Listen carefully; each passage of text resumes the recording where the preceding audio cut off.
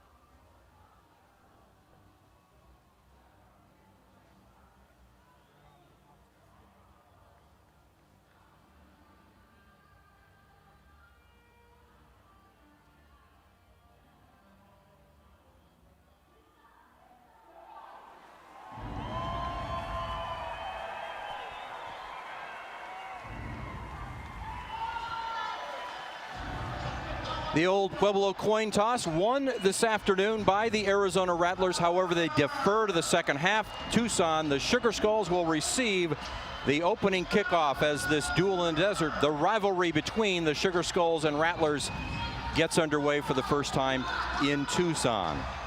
Of course, earlier this season up in Phoenix, it was Arizona winning 63-28. A lot of lessons, Chuck, you can take from that game for the Sugar Skulls. But really, both these teams' lineups have been revamped a little bit. It's not quite the same teams we saw a month ago. Well, that's the one thing about the indoor football league is you're going to see a lot of turnover on the rosters, good and bad, whether they're good teams or bad teams. It's just the nature of the game right now. Let's get down to Jason Barr. Jason? Yeah, good afternoon. This game is a return to Tucson for Rattlers center Steven Garola. He played his college football at the University of Arizona, was part of the 2014 team that went to the Fiesta Bowl. He told me before the game his best memory of playing for the Wildcats, beating ASU to win the Pac-12 South title. I think somebody in our broadcast booth knows a little something about that. I would think so. I think he was referring to you, Chuck. Yeah. Oh, who can he be talking about? Who could he be talking about? No, I believe that he's right, and it's great to have local talent on both of these rosters. These teams, of course, the Arizona Rattlers for so many years have been the team for indoor football in the state of Arizona, but now the Rattlers also have the Tucson Sugar Skulls to worry about. And it was Medlock's pass incomplete. Jake Medlock getting the start this afternoon at quarterback for the Sugar Skulls. First pass as he rolls out under pressure, and it was incomplete. Well, nice job, avoiding the pressure and got off a decent pass there. But hey, make no mistake about the Rattlers, Arizona, okay? They are the team to beat in the indoor football league, in the IFL.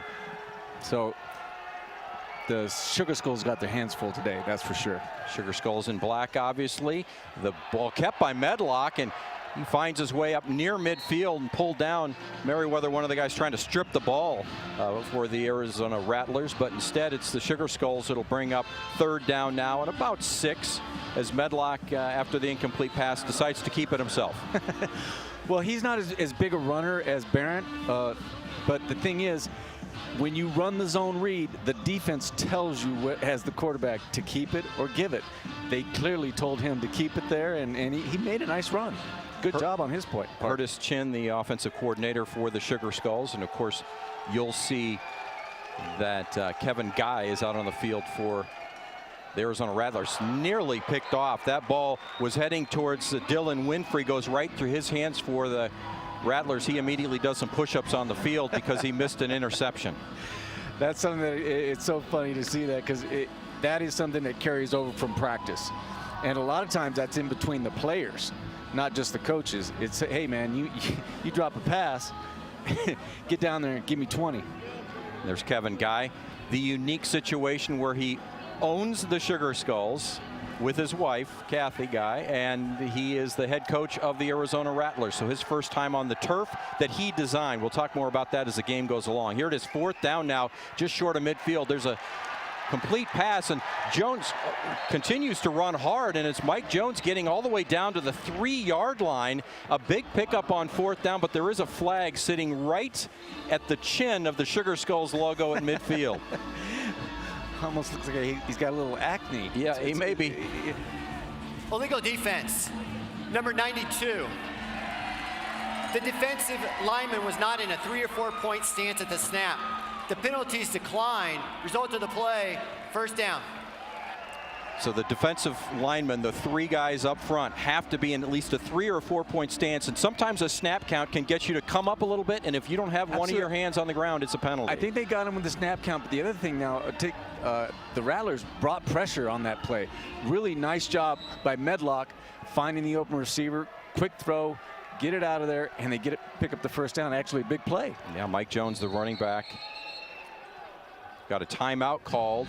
It looks like Curtis Chin called the timeout. Maybe he didn't like the play they were about to run, but they were about to snap that ball. Tucson, they're first.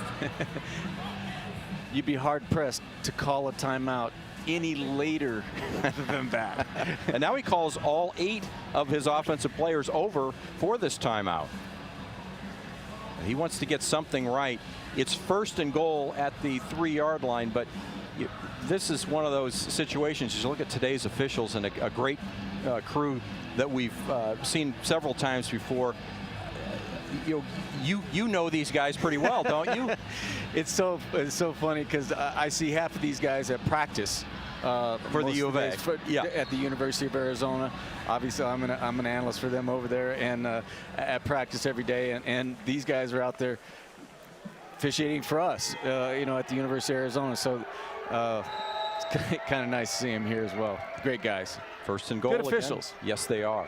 First and goal, a lot of options, and it's Medlock keeping it.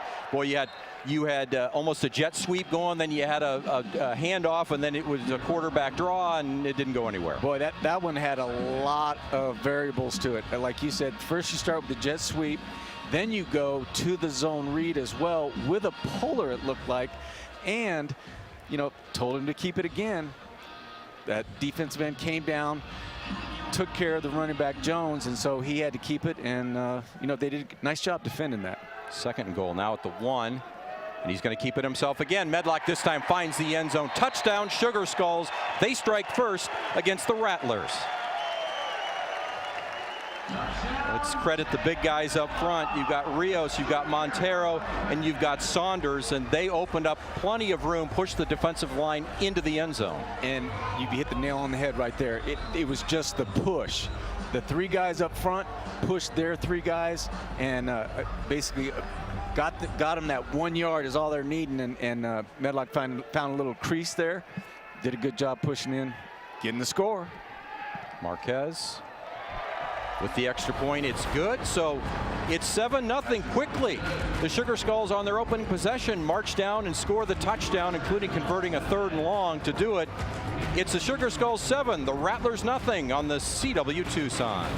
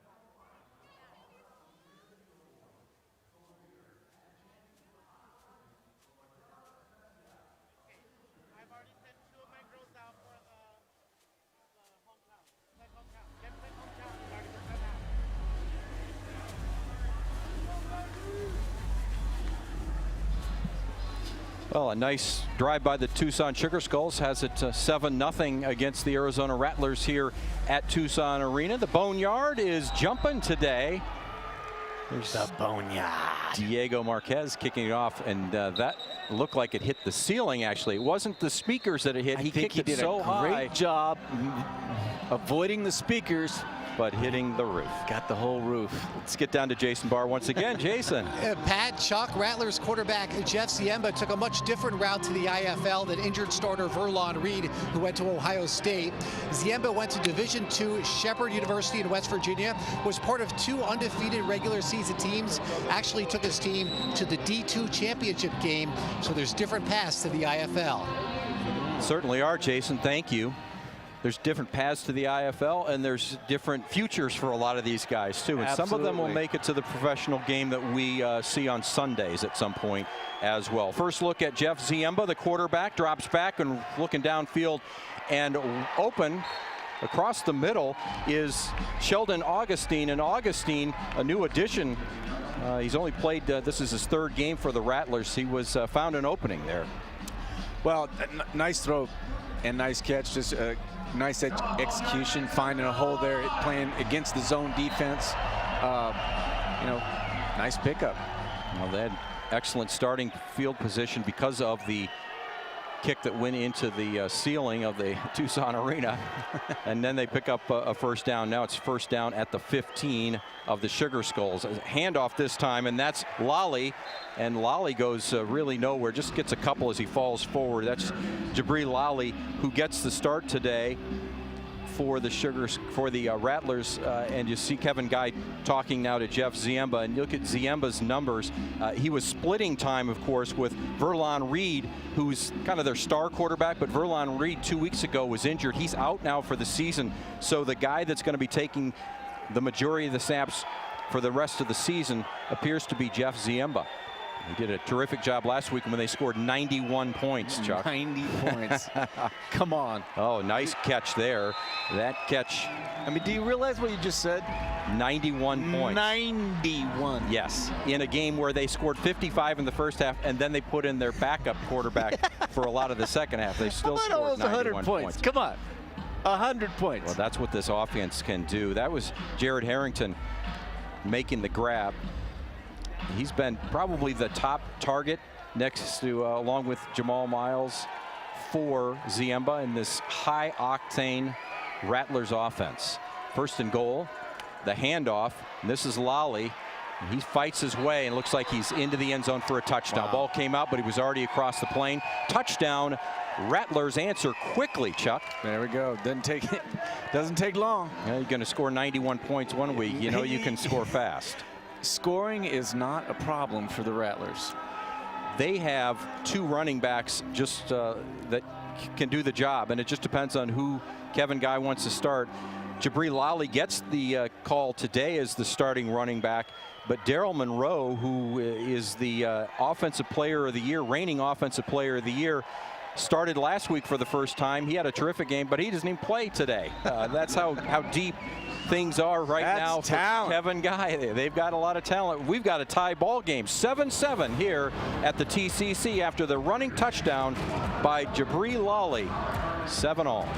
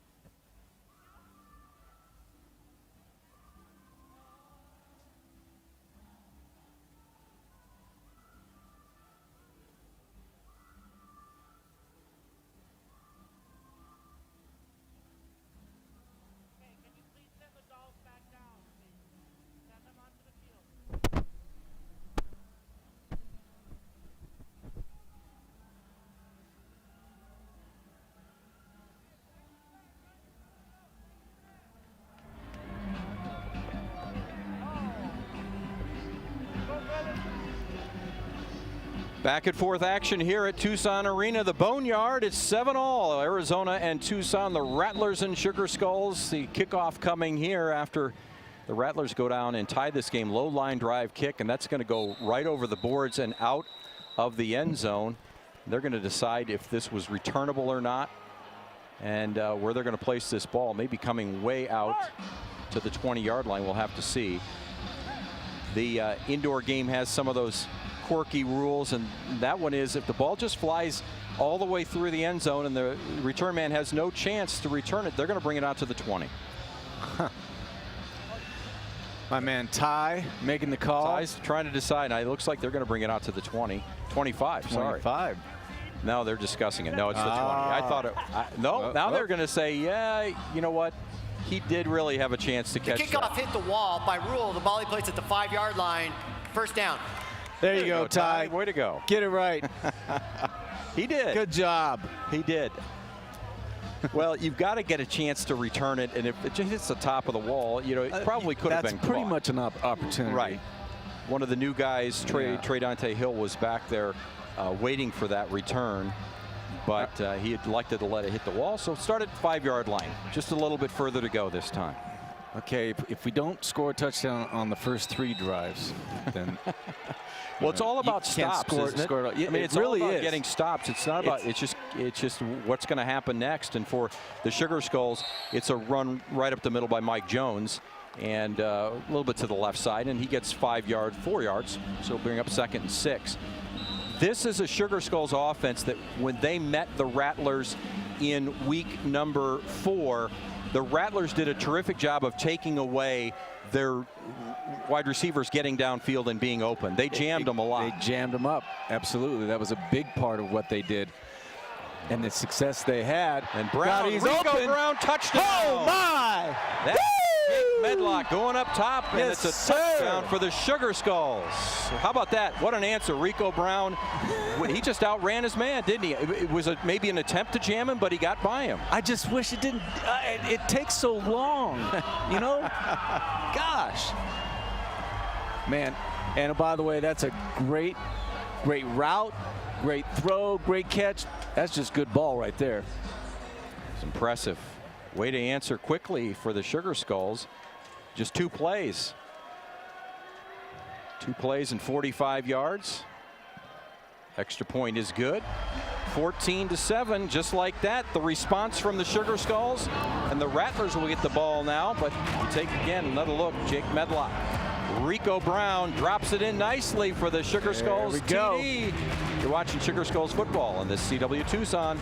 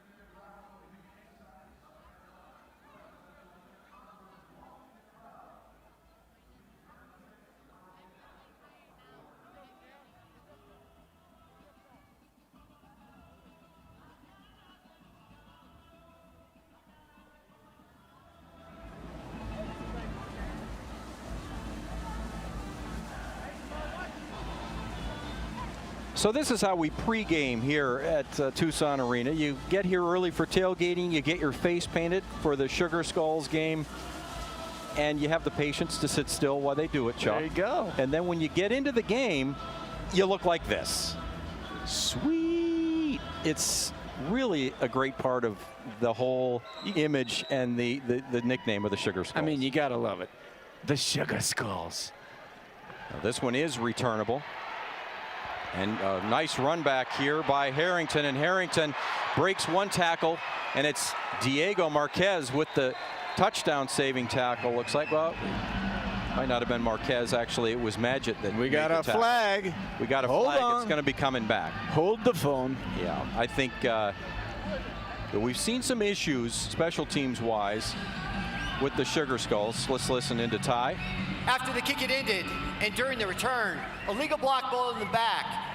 Receiving team, number 27. The 10-yard penalty will be enforced half the distance to the goal. First down, Arizona. Yeah, bring her back. Devin Cockrell with the illegal block, and that brings it back. We've mentioned, though, there have been some issues with the return game of the opposition for the Sugar Skulls. Well, they gave up a kickoff return for a touchdown last week, and again, they lost by 6. It was a very close game, and that obviously was a contributing factor, to say the least. Back on offense, Jeff Ziemba has to try to answer once again. Sugar Skulls have had the ball twice, the Rattlers once, and it's 14-7. Opportunity now, though, for Ziemba, and he throws way behind his intended receiver, Dominique Harrison. It's funny, we were talking to Marcus Coleman before the game, and that was one of the things that he mentioned, was the fact that the stop routes and even hitch routes, it's hard to actually throw it to a spot. You actually have to wait for them to come open and then throw it. And you saw there, he kind of threw it a little early, and you know, timing was definitely off. Yeah, they're tough to anticipate without you seeing where the guy actually makes his break. Ziemba fakes the handoff, rolls right, he throws to the short receiver, and that's Harrington again, and Harrington's brought down right away. And fans appreciate the hard hitting and the tackling by Micah Eugene there, a former LSU player who does his job of making sure he doesn't get any extra yards, bringing up third down. Oh, that's nice. So keep, you know, third down, get him to third down. Try and get that stop. Again, this gives you an opportunity to make that stop. And, you know, stops, hard to come by. They're at a premium. They are at a premium. 3rd and 5 now for Ziemba. He's going to pass, and he throws, and he's throwing deep, and the ball was thrown kind of behind the intended receiver, Jamal Miles, and he was looking for a flag. There was just a little contact, but the ball, he looked over the wrong shoulder. Oh, no, that was great coverage. He was with him stride for stride. He even looked back for the ball. There's no interference on that. Dean Magid. And remember, the offensive guys, I'm just telling you, I don't know what it is. They always, if they don't catch it, they think it's interference. And it's like, no, it's not. No, it's not. Spoken like a true defensive back. Well, you know, Chuck Cecil. But I think you're right. I mean, that's the MO now, isn't it? I'm not lying. I've heard coaches. I'm not going to say names. I've heard coaches actually coach the players up to fake it. Let the official think that you got interfered with. 4th down now. Ziemba looking under a little bit of pressure, thinking about running it, and he's going to get the first down. Oh, wow. As he escapes the pressure, and now there's a flag, and I'm not sure what the flag is, if they're going to say they're going to call late hit. There was barely a bump, wasn't it? That is not. The quarterback is untouchable, though, when he that would be a late bump, not a late hit. After the play was over, personal foul, defense, number 88, 15-yard penalty, automatic first down. Shakur Phillip, the defensive end for the Sugar Skulls, number 88, gets called for that. Gee whiz Willikers. Well, that just adds insult to injury, because they actually had Ziemba really in a panic back there, all kinds of pressure, nobody on open. 4th down, backed up. I mean, that would have been. It was their best chance of the stop so far. Right. Field position, great stop. So the ball at the 15-yard line now. Really is too bad. But Ziemba gets the credit there, as he withstood the pressure and found his way to the first down. Then they get an extra 15 yards. And he fakes the jet sweep, goes forward, and then falls down at the 10-yard line, does Jeff Ziemba. They've got a lot of options and a lot of threats here on this Rattlers offense. There's a lot to digest. Yes, very efficient. Marcus Coleman, the defensive coordinator, has his hands full, trying to kind of match wits with the guy who owns his team in Kevin Guy. I mean, you want to talk about a conflict of interest. Okay, that would be it. But you know what? When they step on the field between those lines, it is all business, and they both want to beat each other. It's you know that. Absolutely. You know that. Spinning around is Ziemba. Now he's just going to throw it away, and somebody gets a souvenir. They're going to fight for it in the 3rd row up there. And somebody's going to come up with a souvenir, but that's great coverage by the Sugar Skulls. Oh, that's great job defensively. There's Kevin As you said, and there was nowhere to throw it. They had everybody again, really good man-to-man, matched him up, bumped him up, covered him down the field. There was no place to throw it. Ziemba just basically threw it out of bounds. Looked like Kevin Guy went way down on the playlist there to try to find a play for this situation. But if you're Kevin Guy, seriously, do you root for the team that you own or the team that you coach? I think the moment you're coaching the team you want to win. Ziemba, again, nobody to throw to. Finally, it comes open that the ball zips so hard that it goes right through the hands of the receiver, Jamal Miles, and one of the officials kind of had to duck. The ball was zipped so hard. I tell you, he had there was a little window there. But I think the official might have closed it. Could be. I think the official was in the window. Another fourth down here. They're not going to kick a field goal, which would be a makeable field goal, certainly. Absolutely. They're thinking we've got to answer with touchdowns here. So you rarely see the Rattlers kick field goals anyway, but this is a situation where let's see what they do defensively here. Kevin Guy's going for it. They're going to go a little man-to-man. New zone open in the back of the end zone, oh my and way gosh. too high. Open was again Jamal Miles, but it was Jeff Ziemba with the high throw, and the Sugar Skulls get a stop, Chuck. Yeah. Gotta love it. Hard to come by. Those are big now. They are very hard to come by, especially for the Rattlers. First one of the game. You know, when you score 91 points in the game the week before, that was because there weren't any stops. 91. And oh, by the way, they had a guy wide open in the back of the end zone. Ziemba just missed it. Did so, and now it'll be the Sugar Skulls football. We're heading to break. 14-7, Tucson leads Arizona.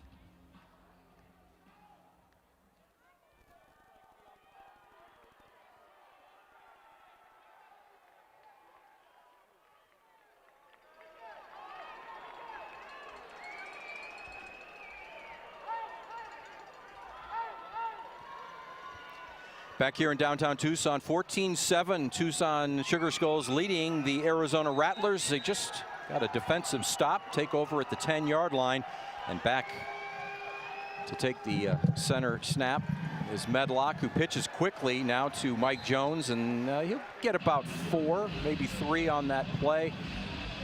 Chuck, it's hugely important to get a stop, but it's almost as important now to go down and take advantage of it and get points off of this stop. Absolutely. Turn the tables, basically.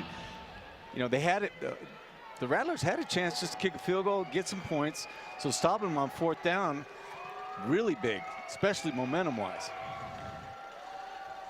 It's Medlock. And the pass is complete. That'll be enough for about 4 yards, but still short of the first down marker by a couple of yards. And appreciate Rico Brown, what he's been able to do. He's been the go-to guy. He's got the long touchdown reception. He gets that pickup here. It brings up 3rd and 2 now for the Sugar Skulls.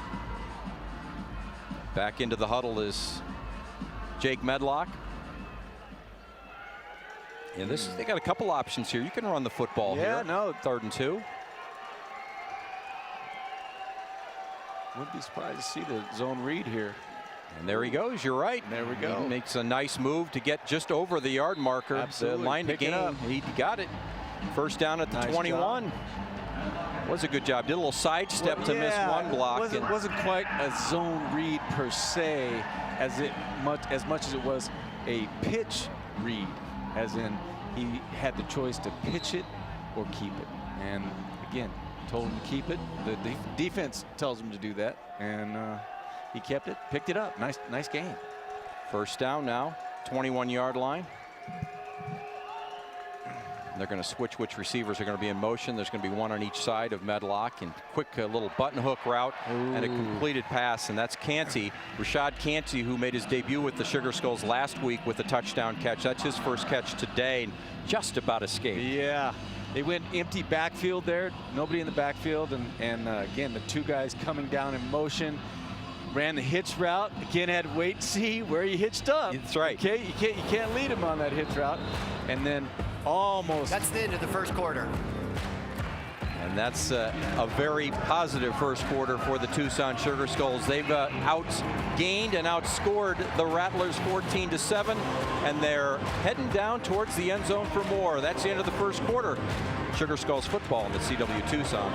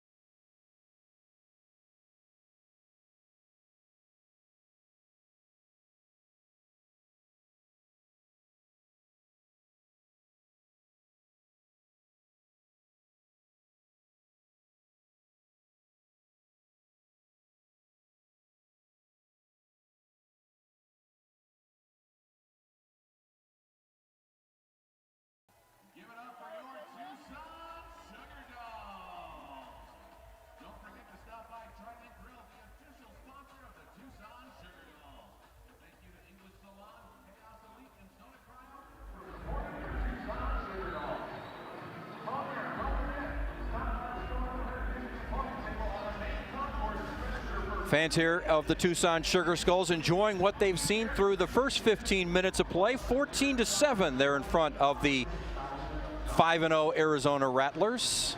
And if you're Marcus Coleman, the head coach for the Sugar Skulls, I mean, you really couldn't have scripted it a whole lot better than this. I mean, even the one score that the Rattlers got, they had to convert on the fourth down.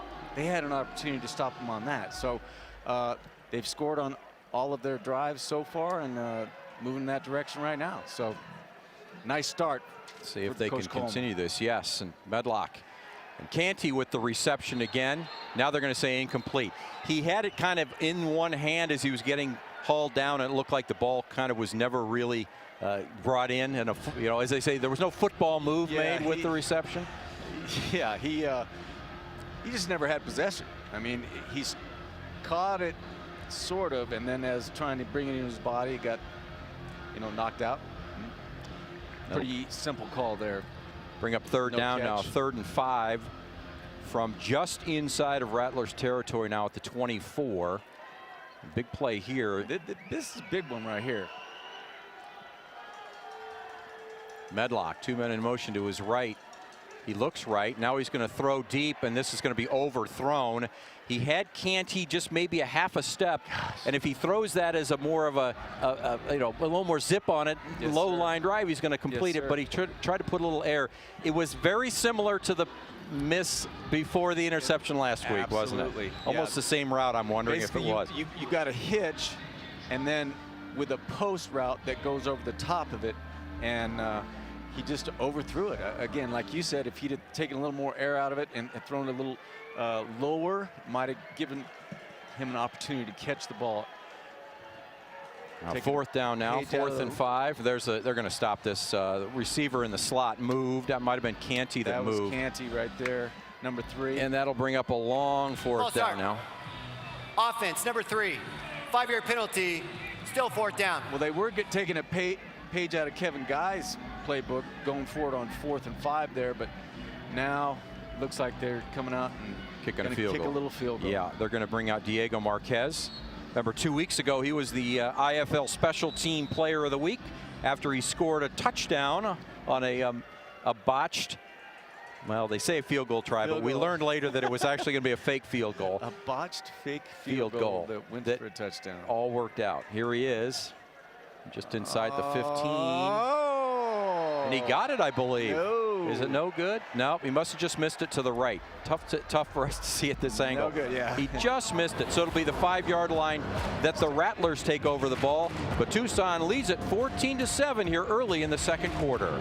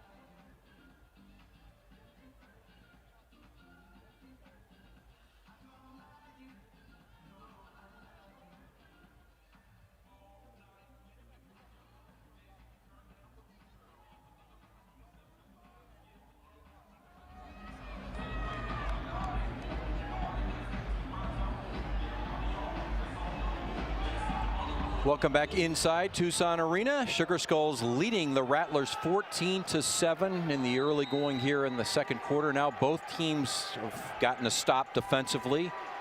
Now it's up to the Rattlers to see what they can do with the football. The handoff to Lally, and Lally finds some running room to the right, and the whole pile gets pushed forward past the 10 up to about the 13. The Rattlers do a great job offensively, whether it's throwing the football or running the football. They're amongst the top in both categories in the Indoor Football League, and that's why Kevin Guy's been so successful this year at 5-0, and he's been so successful in his entire tenure with the premier team in indoor football. Their offense is just, I mean, you can't stop virtually.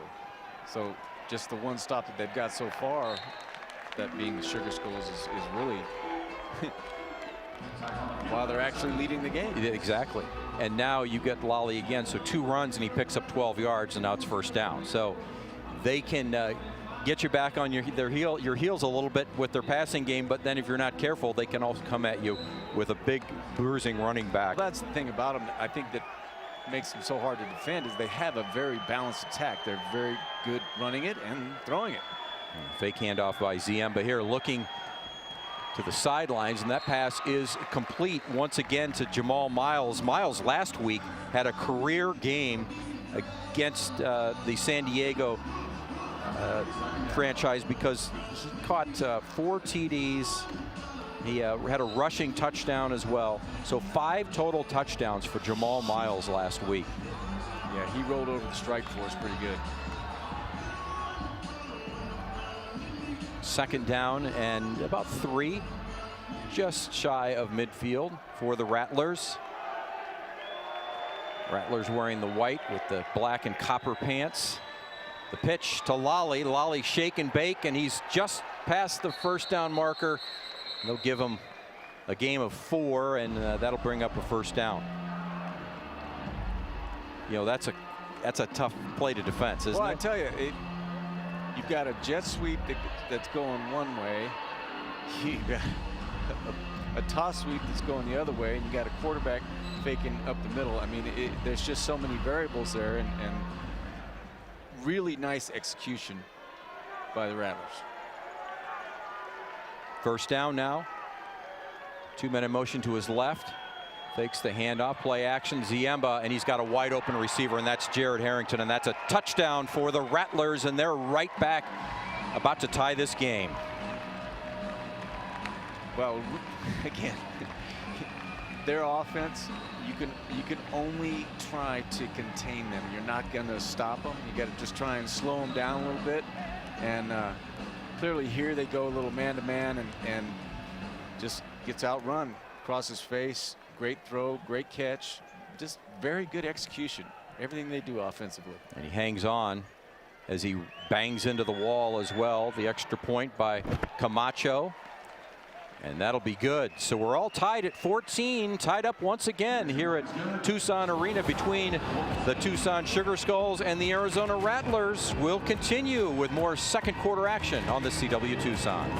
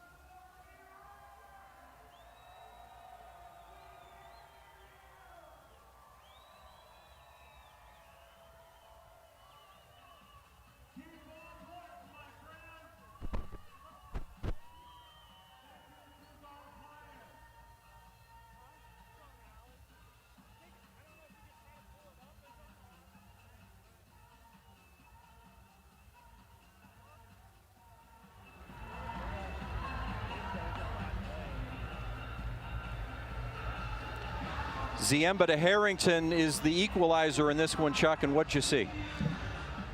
Well, I said they were playing man-to-man. I'm incorrect. This would be a zone defense. They basically bid up here on the left side of the screen there, and the post defender wasn't able to get across the field and get underneath the wide receiver for the Rattlers. Results in a wide open receiver and a touchdown. And now the kickoff. And a load line drive again, but this time coming up and receiving it for the Sugar Skulls is Trey Dante and Trey Dante Hill, and Hill gets out to near the 20. Go full speed. There's some things that can happen. I tell you, if nothing else, the kickoff in the IFL is just, it's so much fun. It really is. Just great to watch, so exciting. You never know what's going to happen. What if I told you that Trey Dante Hill, who's one of the newest Sugar Skulls, in a camp set up to showcase the skills of guys just out of college, just ran a 4.3440. 4.3440. Wow. That'll probably get you some looks, and it's got him a look here with the Sugar Skulls, which then he obviously will hope to translate into something else. Well, here's the deal, in case anybody not sure out there. A 40-yard dash, if you run 4.4 anything, you're fast, okay? So if you run 4.3 anything, you're really fast. Yeah, and that's what Trey Dante Hill is. That's why he's now become the return man for the Sugar Skulls. Not on the field right now, though, as you get a little pitch and going nowhere fast. That's a big play to just blow things up by the defense by Daryl Monroe. That's just a nice play. Yeah, it sure is. Very good defense. I'm guessing that he might have seen that on film. Little game study. They faked basically the vertical motion again, and then pitched it to him late. Dylan Winfrey is the one who made the tackle. Yeah, he did a terrific job. He saw where that was going and snuffed it out. Third down now and 11. Rolling to his left is Jake Medlock, throwing back behind the receiver, but caught. That's a nice job by Shaq Currington of making that grab, but it'll be short of the first down, and that'll be another fourth down situation, just shy of the 25 midfield. Yeah, it's going to be 4th and 4. It'll be interesting. It looks like they're probably going to go for it. We shall see. Uh-oh. I think they're going to. Oh, no. I think they're going to swap out. Looks like we're going to kick it. Go for the field goal. It's a critical time too, because you to have two possessions in a row that you don't score points is really rough when you're talking about a team that you're facing in the Arizona Rattlers. Well, make no mistakes. The Sugar Skulls are going to have to play their best game of the year if they're going to beat the Rattlers. Flag on the play. Flag on the play. It's the field goal's no good, but there's a flag on the play. Let's see what they say. They're going to discuss this. But there was a big push on the right side defensively, the right side, left side offensively of the line there, and the Rattlers got very deep into the backfield on that field goal attempt.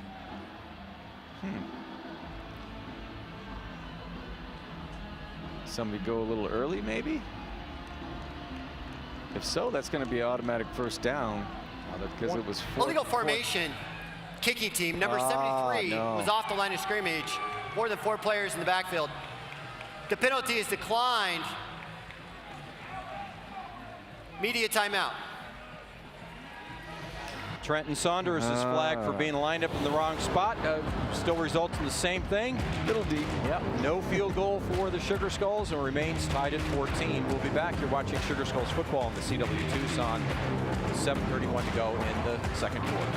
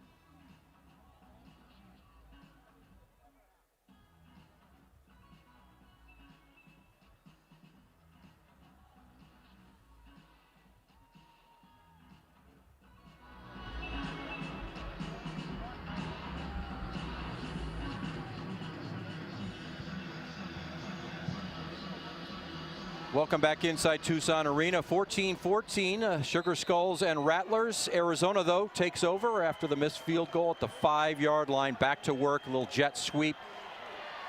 And that's going to be, well, fighting up towards a first down. Going to be held a little bit short, but it's Harrison, Dominique Harrison, once making it stop.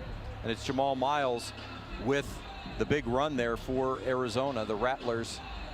We talk about being in sync. This offense is in sync. The timing and the rhythm, they are just, it's impeccable. Just clearly, the timing is just that they're in sync, as you said. That clearly practice helps, but I think it's a little more than that. There's just there's just a familiarity with and each there's other a and confidence timing. too. And there's a quarterback draw, and met rather abruptly by Kenny James, but he does pick up the first down, does Jeff Ziemba. He just gets across the 15-yard line, but he'll remember that hit for a little while. Well, I will give Mr. Ziemba a little credit. I think he knows that he's the last quarterback that they have on the roster, because he's definitely trying to stay out of harm's way. And Jeff Ziemba now working with first down and a tie ball game, and it just suddenly has a different feel than it did a couple of possessions ago. The run by Lally is handled nicely, and leading that charge defensively, Zach Allen. And Zach Allen does what he does. He picks up a lot of tackles and assists on a lot of tackles, and his stats show just how good he is. Well, I mentioned it in the pregame, but it's not just the things that he does on the field. It's what he does in the weight room and in the locker room, and just his presence for the Skulls that is as big as anything and as great as anything. And he's big, 6'2", 230. Ziemba back to work. He's looking deep, and he's throwing deep, and that ball is Oh my gosh! right over the wall. Heavens, but that's the an interception. Megatron! It's Micah Eugene hangs on to the ball as he goes over the wall, and that's a Sugar Skulls You interception. gotta be kidding me! Did you see that? Woo! Well, like I said, I don't know how you practice that, catching a ball and going head over heels over a fence. There is a Oh my goodness. discussion of a flag. Illegal defense. No! 92. Illegal twist or stunt. 5-yard penalty. Automatic first down. Oh my gosh.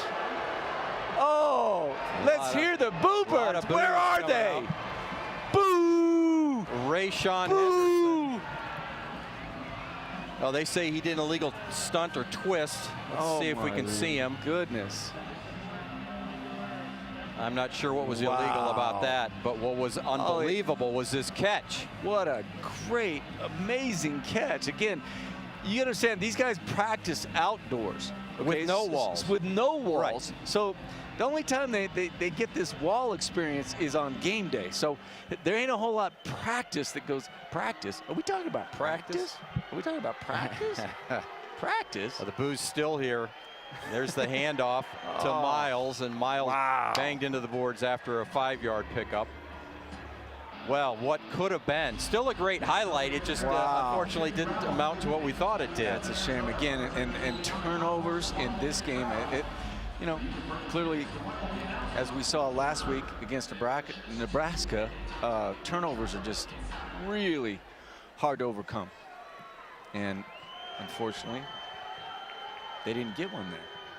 Well, it really is unfortunate. Ziemba now under center. He took the snap, and he finds the receiver again. And Miles, he's thrown down quickly. He'll be short of the first down. They're at the 20, but it'll be 3rd down and 2. 3rd down and 2. Again, you got your interesting here to see if they do the whole zone read, quarterback keep, give option here. They only need 2 yards. Cam Gaddis with the tackle, and real important there to wrap him up immediately. Absolutely. And not let him Great tackle. Just keep him short. Again, give him an opportunity to stop him. Stops is what it's all about. There's the sweep, and there's a first down, and it's Miles again, and he spins his way out of a tackle down inside the 5. Boy, he's tough to bring down. Jamal Miles, just 5'10", 180. He's an ASU product. Scummy. I saw you roll your eyes at me when I said that. Yeah, we all have. Look at him spin. We all have hurdles in life to overcome. But clearly, he got over his hurdle there. Again, nice, great timing on the hand. That jet sweep is a nice play for them. And again, their timing and rhythm with that play, hard to defend. Brings up first down now. Jamal Miles in his 3rd season with the Rattlers. This is Lally, and Lally is brought down hard against the boards at about the no gain. So give the Sugar Skulls credit for not allowing anything on that play. Great defense. And going back to that jet sweep, understand why it's so hard to defend, because if you're in a man-to-man situation, he's coming down vertically on the other side of the formation, and then bang, right at the last, he turns and takes that jet sweep, and now you got to come across the formation to try and defend that. Very difficult. 2nd and goal from the 5. And that's going to be an offsides free play. Free play. But he threw it a little too early. Yeah, Jeff Ziemba maybe pulled the trigger a little too quickly there, had a free play. It's going to be offsides. It's going to be defensive offsides. Yeah, I don't think this should take too much of a discussion. Offside. Defense. Number 17 in the neutral zone at the snap. Half the distance of the goal. Repeat 2nd down. Desmond Rayford called for that, jumped. So half the distance. It'll be 2nd goal from the 2 in a tie game. Coming up on 2 minutes to play here in the 2nd quarter. Been highly entertaining, and most importantly, Chuck, highly competitive this afternoon at the TCC. Handoff to Lally. Lally flips end over end. Is he going to be short? Yes, he is. Just about the 2-foot line. Wow. Jabri Lally getting that 6-foot, 225-pound frame up in the air, but he goes head over heels and lands short of the goal line. That's the old whack tackle. Whack! You hit them right in the knees. The first thing that hits is the top of their helmet. It's not fun. Oh, it's fun if you're on defense. If you're on defense. you had a lot of fun doing it, I'm sure, but it might not be fun if you're the offensive guy. Exactly. 3rd and goal now. Jeff Ziemba has got 2 guys in motion. Oh, got a little wildcat there. Yeah, it was, but Ziemba. they had a lot of guys moving at the snap of that football. False start. Offense, number 94. 5-yard penalty, still 3rd down. Lamar Mady was the guard that moved. There was a little trickery there by Kevin Guy, wasn't it? Went with the old wildcat. Put the quarterback out as a wide receiver. 1 minute warning. Definitely, the Skulls definitely fortunate on that one, because that one could have gotten away from that one would have gone in. Got the 1 minute warning. That means a timeout here at Tucson Arena in a tie game, 14-14. Stay with us.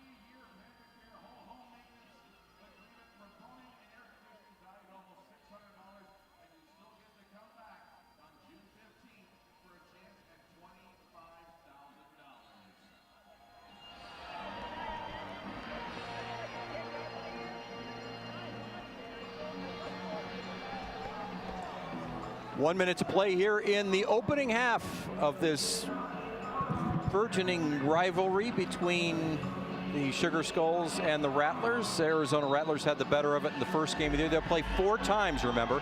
This is the 2nd of the 4 meetings. The first time held here in Tucson. And what a game we've had, but it is 3rd and goal now for Jeff Ziemba. And he throws wide open now, and that's a touchdown to Miles, Jamal Miles, as the Rattlers take the lead for the first time today.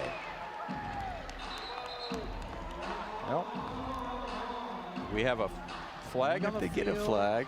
Are they talking about They're what discussing. I mean, Game clock operator, please put 54 seconds on the game clock. 5-4. I tell you, Thank you. They could have called a flag here, because this is the old pick play right here. They ran the two guys vertical up the field, picked the defenders, and ran that shallow cross. Nice play call, nice execution. Extra point is good. I mentioned the first lead of the day for the Rattlers. It certainly is. So the Sugar Skulls, for the first time today, have to respond to get a tie ball game, because they've been the ones that have been the team with the lead all afternoon long.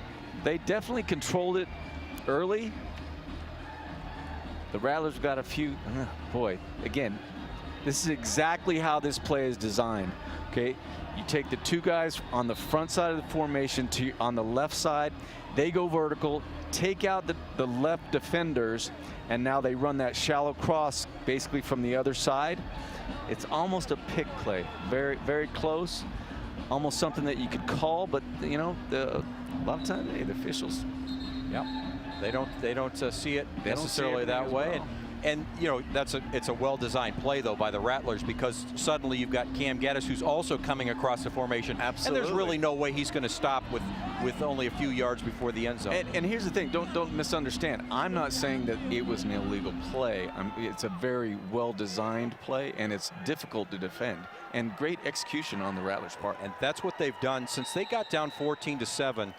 The Rattlers have executed almost to perfection since that point. Here's another chance at a return, and once again you've got Trey Dante Hill, and he's upended quickly at the 12-yard line. But now the Skulls have got 50 seconds, an eternity, and 2 timeouts to score, to answer.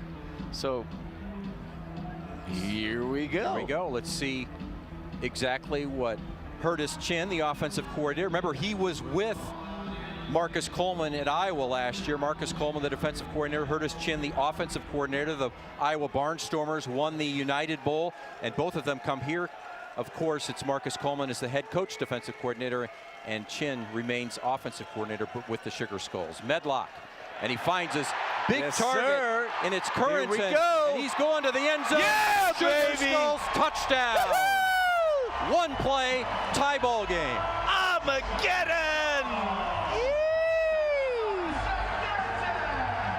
Well, talk about execution. Hey, just a little crossing pattern, and it turns into a touchdown. Oh, again, exactly how you design it. And here's the deal, a great throw, great catch.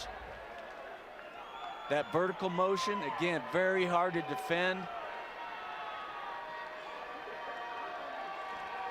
High snap. Extra point, though, is good. Took all of 8 seconds, Chuck. Well, you know, you said it. They had 50 whole seconds, and it took them 8. Let's look at that again. And really, you're just trying to pick up some yards and get down the field. But this turned into a whole lot more. Boom, right in the end zone. Well, again, when you get man-to-man coverage like that, and everybody's playing man in other areas, you beat your defender. It's hard to bring him down the field. Really nice job. I mean, the catch was made almost at midfield. Really nice job, you know, making the run after the catch. Call that the rack. Run after the catch. Run after catch. Or the important yak, the yards after the catch. There's a lot of yards after the catch. There's a kind of an electric feel here. I think people are realizing that are here in the arena that this Tucson Sugar Skulls team has made some big advancements since the first time they played this Rattlers team. The Rattlers are a better team as well. There's no doubt. But I think there's a confidence that the Rattlers have that you're starting to maybe pick up on a little bit with the Sugar Skulls, and hopefully that rubs off on them. Picked up.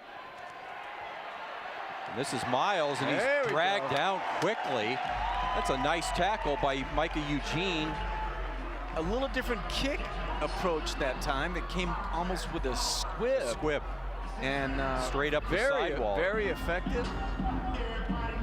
Coverage down there, great coverage. They had him hemmed in, like 5 defenders right in front of him. He didn't have anywhere to go.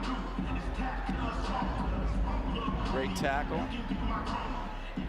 But again, 38 seconds. Right, which is an eternity for a team with 3 timeouts. We could get 4 scores here in the last 38 seconds. Back to pass. Incomplete. Ziemba.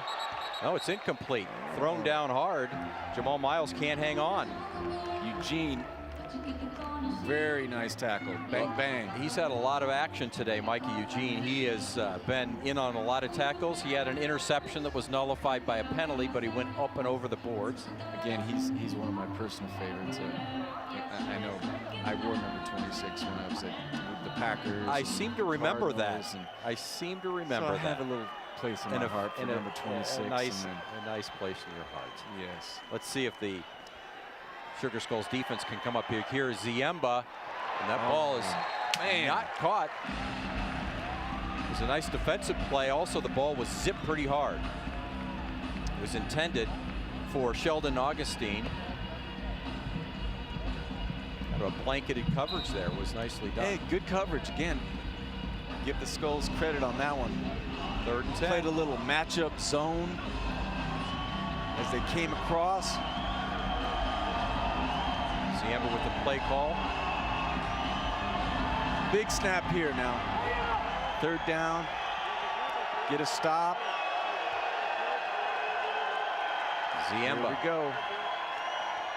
Looking left and complete. Oh, bang! Hard into the boards. A tackle by Micah Eugene again of Harrington, and that's going to bring up 4th and about 4. Clock is running. You wonder if they're going to try to take a timeout. Kevin Guy is. They're going to let it run down a little bit more. This will basically be a Hail Mary, the last play. Yep. Setting up the last play of the game. Timeout. It'll be interesting. Arizona, they're first. Yeah. Do you do the Hail Mary or do you do the field goal? I think they're going to go for field it looks goal. like they're bringing on. They're bringing on Jimmy Camacho, the field goal kicker. And I heard Kevin Guy talking to your guy Ty, the head official. Yeah. He was saying to him, look, the speakers are in the way. Can we get a favorable setup of where you put the ball? But I think they were already going to be on the outside left hash mark. Now he's bringing it a little bit further in. The speakers that we're talking about that hang above about the 20-yard line here at Tucson Arena, they're shifted over towards the camera, where the camera is set up right now. So he'll set up right down midfield and shouldn't have any problem with this. No, those speakers won't. If you had a punt that maybe went vertical, you might have a problem, but it shouldn't be a problem on field goal. Here it is, Camacho. Line drive kick and off to the left. Missed it to the left, and that'll end the first half with a missed field That's goal. the end of the half. And a 21-21 game. We got us a ball game. Don't go anywhere, guys. Hey, gals. Don't worry. We got a good one here. That's a touchdown, that kind of back and forth action. And we're going to continue to break this down and look forward to the second half on the CW Tucson. Stay with us.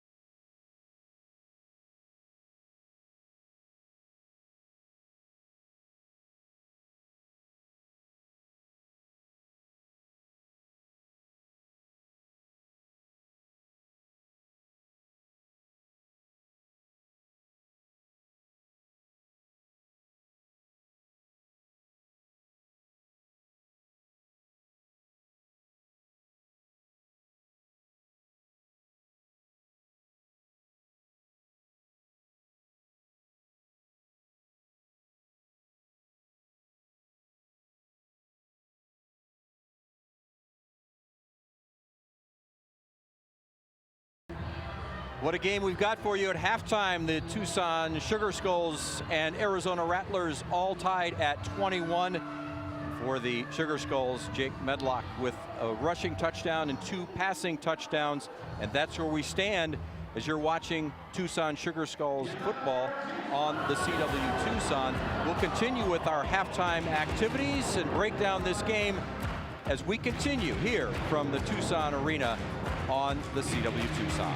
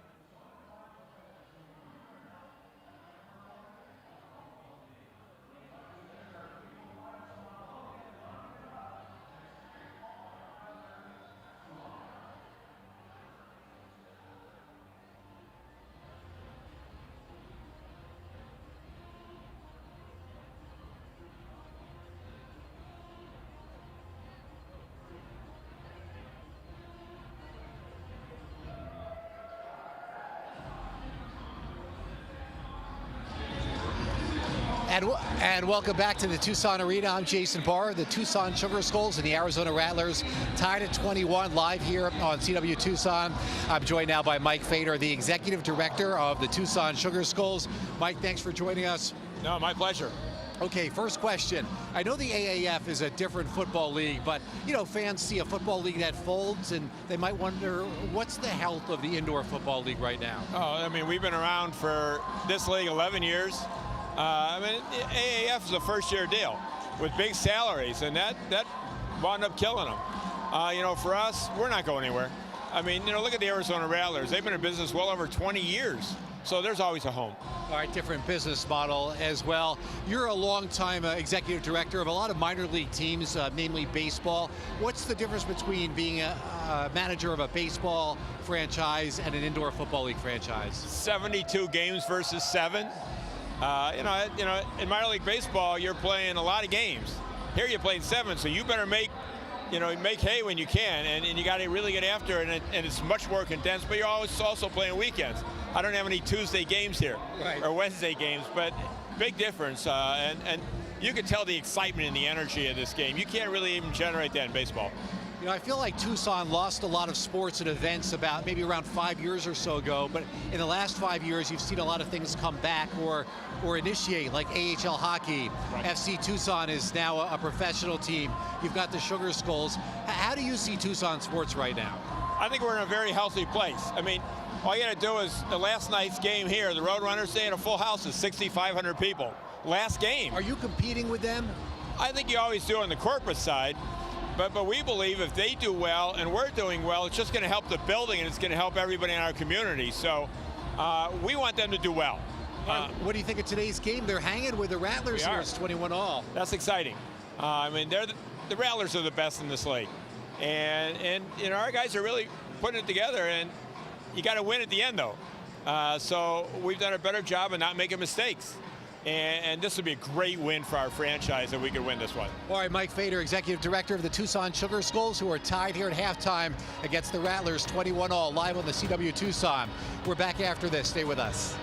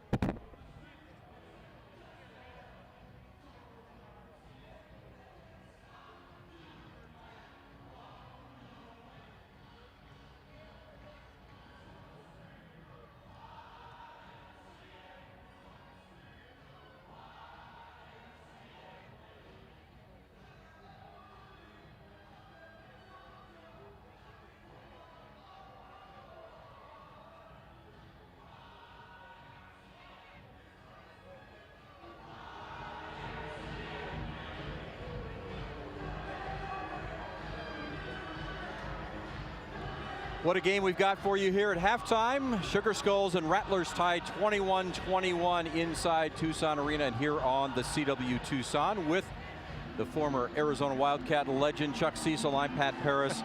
And this is a pretty legendary game in and of itself so far. We've had a lot of fun, a lot of excitement, and very entertaining. Well, if you want to have fun watching football, yeah, this is the place to be. I mean, it's fun, it's exciting, and you're definitely not going to be bored. A lot of action, and you know, the Sugar Skulls, this is the measuring stick. The Rattlers are the team to beat in the IFL, and they're tied at halftime. I think Marcus Coleman, you know, he's got to be pretty happy right now. Might not be telling his team that he's overly happy, but I think he's probably pretty happy inside. And we saw the Rattlers answer early on with a a lolly touchdown to tie it at 7. But and then Jeff Ziemba had the touchdown pass as well. In fact, he had 2 of them. Quarterbacks kind of matching each other. Both have 2 touchdown passes, but Medlock has this. He's got a touchdown run that led the scoring off, and then he's got 2 impressive touchdown passes. This throw, catch, that's money. That's a dime throw, as in as good as it gets. And great catch, getting open. And here, nice design play, and then again, nice yak. Yards after the catch. Look at the stats there, and you see the most important one. It's a tie game. Rushing wise, Arizona has the advantage, but look at that, 120 passing yards to 76. In fact, in more attempts, the Rattlers have much fewer yards. In fact, 8 completions to 6, but it's the big touchdown plays of 41 yards to Rico Brown and 38 yards to Shaq Currington, and that's the tie game that we've got right now, despite the fact that the Sugar Skulls are not running the ball exceptionally well at this point. You talk about this Rattlers team kind of being the gold standard, or we'll call it copper standard because of the color scheme they have. They've got 6 World Championships, 11 appearances in the championship, 23 overall playoff appearances in 27 years of playing indoor football. Jason Barr standing by with Marcus Coleman. Jason? All right, thank you very much, Pat. Marcus Coleman, you haven't maybe stopped the Rattlers, but you've at least contained them, something no team has been able to do. How have you been able to keep them at 21 points? Well, we've done a good job of tackling, versus the run and pass coverage, although we made a couple of mistakes and gave up, a couple of scores. For the most part, we've been covering well and understanding how they're trying to attack us. And we've done a good job of mixing in calls. The guys are responding, and, that's why the score where it is now. You started out the game strong. Obviously, you want to start out the third quarter strong. Other than that, what do you see as the key to winning the second half? Well, got to keep playing, and we already went over the adjustments that we need to make. So we're doing, a good job defensively and offensively. We just got to get, a couple more plays here, a couple more plays there, and we should be able to pull this thing out. All right, Marcus Coleman, thank you so much. Good luck in the second half. All right, thank you. All right, yep, Pat. All right, Jason, thank you very much. Thanks to Coach Coleman as well. The second half kickoff just moments away, 21-21, Rattlers and Sugar Skulls here on the CW Tucson. Stay with us.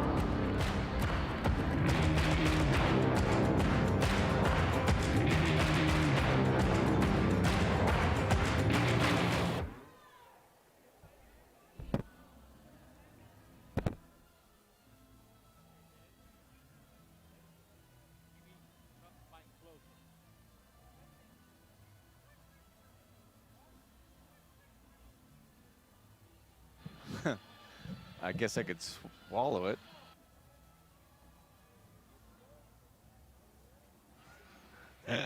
Hello. Hello, hello, hello. Test, test, test.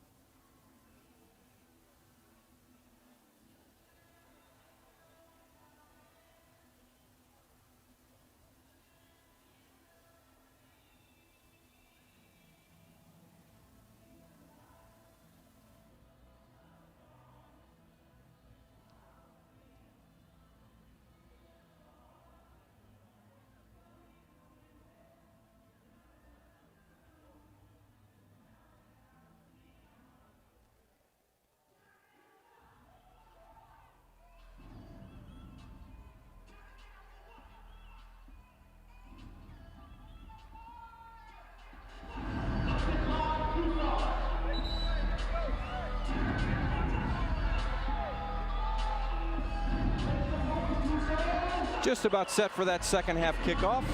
Rattlers are on the field. Sugar Skulls are huddling in the end zone and getting ready for the kickoff. Remember, the Rattlers won the toss to start the game, sponsored by Old Pueblo, but they deferred to the second half, so they will start on offense. They missed that field goal try. Just a handful of times this year has Kevin Guy even settled for a field goal attempt. He generally likes to go for it on fourth down. Little short kick, and that is returned by Jamal Miles up about the 18-yard line. We went for it twice early in this game. obviously That's usually his MO. they converted on the first one, but Tucson was able to stop him on the second one. So Kevin Guy, who's got 201 career wins in indoor football. In this form as an Arizona Rattlers head coach, he's actually got 148 wins and just 47 losses in 15 seasons now as a head coach of the Arizona Rattlers and GM as well. you would kind of say he's the Bill Belichick of He is exactly the Bill Belichick. the indoor football league. And that was a quarterback keeper by Jeff Ziemba, faked the handoff and went to the outside. Now another flag comes in. Might be a late hit. You got to remember the quarterback, when he gets to the out of bounds marker and steps and touches the boards, crickets. you can't touch him. And I know there's frustration. You want to make sure he's out. After the play was over, unsportsmanlike conduct, defense number 7, his first of the game for throwing the quarterback to the ground. The 15-yard penalty will be enforced half the distance to the goal. Automatic first down. Jeez. Cam Gaddis, the Pima Community College product, Santa Rita High School. He's a fan favorite, obviously, here at Tucson Arena. I think they just need to put some flags on the quarterbacks, because, I mean, well, that case, Jeff Ziemba could have been pushed over, I think, by anybody. And there's the little sweep. That's close to a first down. They're going to say at the 1-yard line. That was Harrington again. it's that jet sweep. It just happens so fast. They come across the line of scrimmage so quickly, coming from right to left. Yeah, well, they're coming down vertically and then make a sharp turn and go 45 degrees, and it's just defensively it's hard to catch up to it. And there's Lally getting the handoff, and he powers his way in close to the touchdown. Let's see where they mark it. I think they're going to give him a touchdown, and they do. Touchdown, Rattlers retake the lead. That was a little too easy, Chuck. Yeah. Again, this holding this offense to 21 points in the first half was a really good job, for the Skulls defensively. So just trying to slow them down. Again, you're not going to stop this offense. You're just trying to slow it down a little bit. And boy, they just really good execution by the Rattlers offense. A lot of it was the quarterback, Jeff Ziemba, and then capped off by Jabri Lally with the touchdown run, as you see it here again. 28-21, the Rattlers now out front of the Sugar Skulls.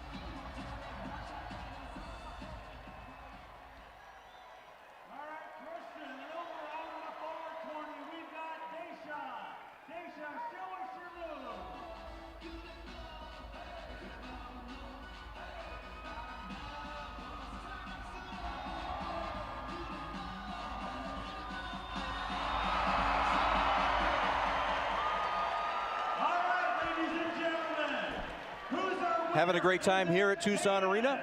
Sugar Skulls now trailing, though, the Arizona Rattlers by 7, 28-21. It's just early part of the third quarter. The fans are getting into the in-game entertainment. A little dance off. A little dance off. Get your freak on. And they did. I think that young lady just took home some Sugar Skulls swag for, there she is, the one with the bag.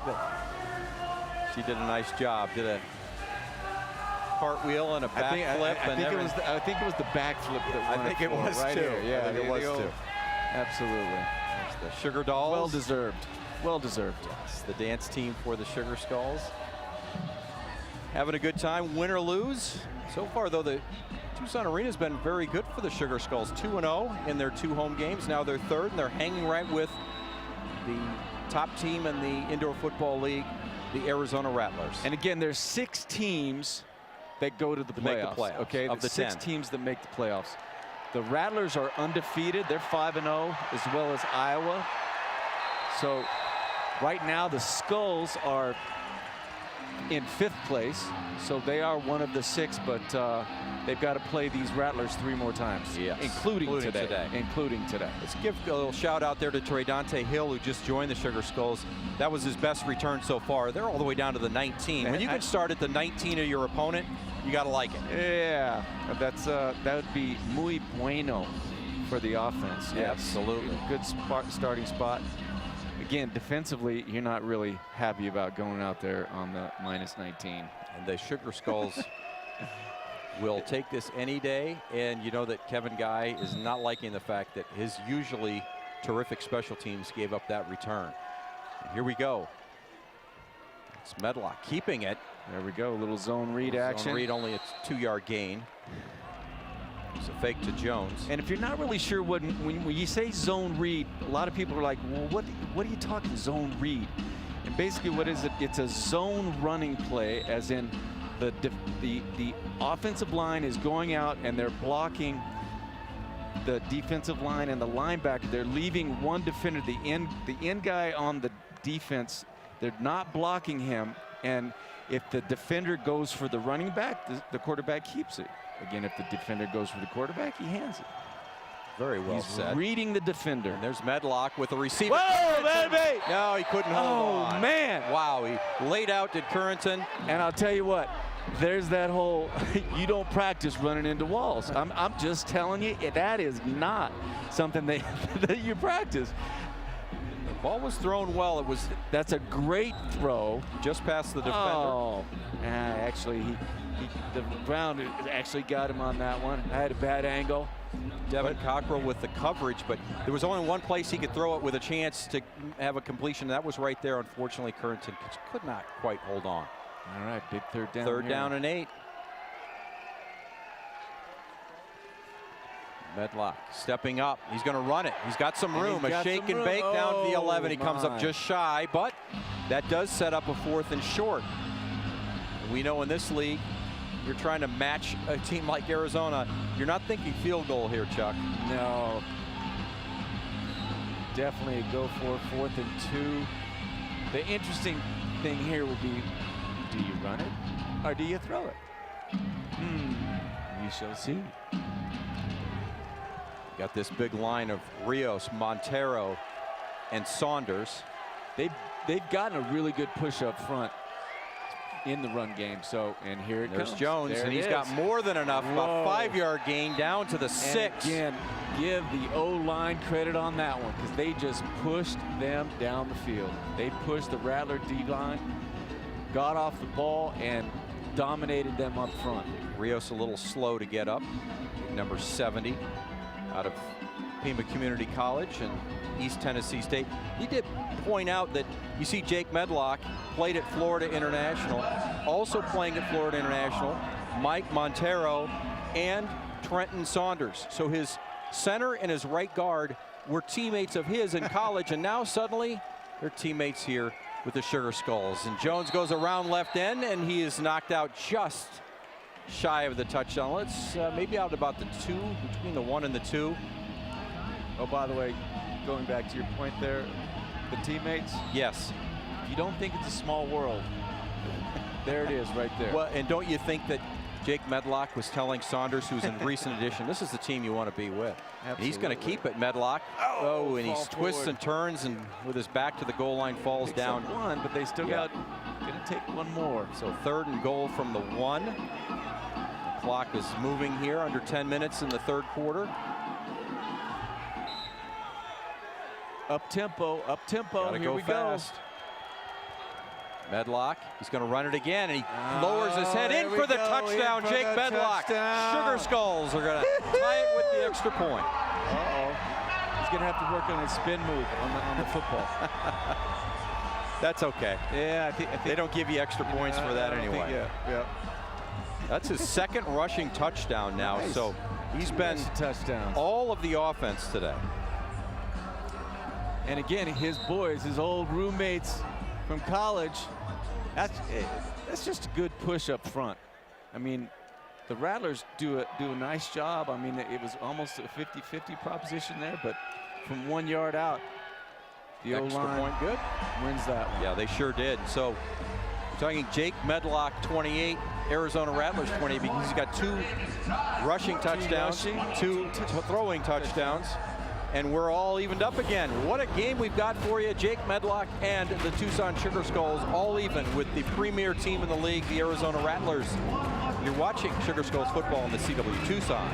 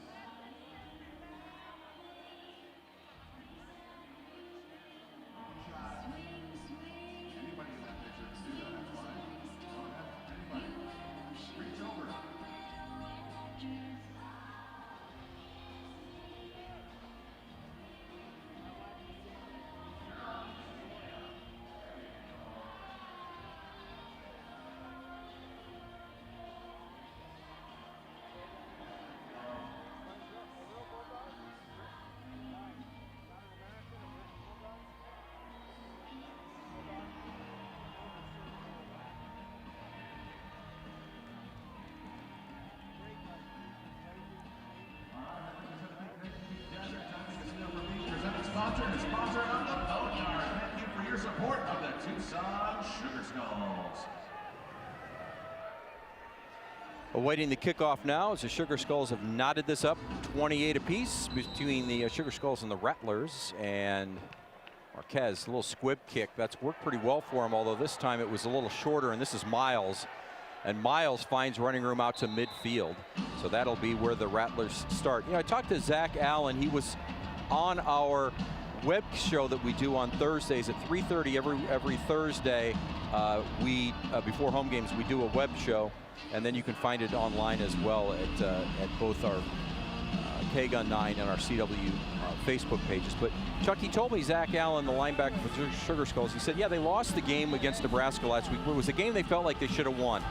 Defense isn't going to point fingers at the offense for 4 turnovers. None of that happened. In fact, he said with this week of practice, they actually felt more confident coming out of that game than they felt all season long. Like maybe they finally fit this team together and that they feel like a team that can contend. And right away, it's the defense giving up a touchdown from Jeff Ziemba to Jared Harrington. I was talking about their confidence, but then they give up a touchdown on one play from 25 yards out.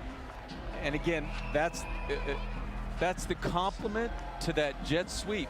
That guy is coming in motion, and now rather than come across the formation, he just keeps going vertical, gives the defender a little shake, runs by him. I mean, he's running full speed, and the defender's virtually standing still.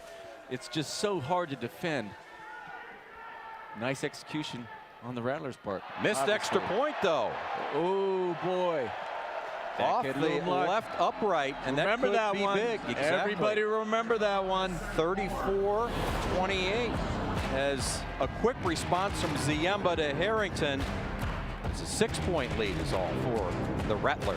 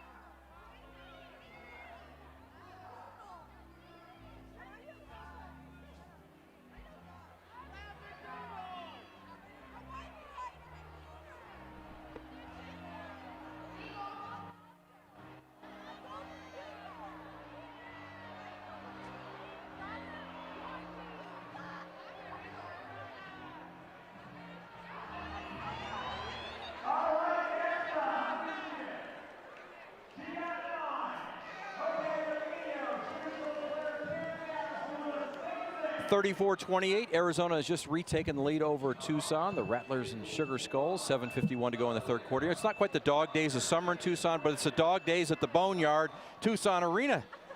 Bring your dogs to the So boneyard. you can bring your dog, and he gets to see the action, I mean, he or she. If you're a dog, I mean, don't you want to come to the boneyard? The boneyard. Isn't that where you want to be? Oh, look at that one. Yes, having a lot of fun. I have 3 dogs at home. I know you do. I have 3 dogs, yes. 3 dogs. I give them lots of bones. I have one at home. Boneyard. She gets a lot of bones, but none of the actual bone type. Just a shout out to my boys, Zeus, Wilbur, yes, Wilbur, my Bernese mountain dog. Right. And then Daisy. Oh, my little peanut, Daisy. There you go. She's a 9-pound little cavalier. Sleeps on my wife's head. So, every night. one of the most feared men in all of the NFL, Chuck Cecil's got a little soft spot for his dogs. And this time, unable to really get it cleanly is, yeah, Trey Dante Hill. He had a great return last time, all the way down to the 15. This time, the starting spot for the Sugar Skulls will be the 6. I talked about confidence, and as I was doing so, then the Rattlers scored against what I thought was a confident Sugar Skulls team. But I think they're still confident, and you see almost the confidence growing as they continue to play even with this Rattlers team. That's the one thing, take away the first half. If you're the Sugar Skulls, listen, I'm playing one of the best teams, if not the best team in the league.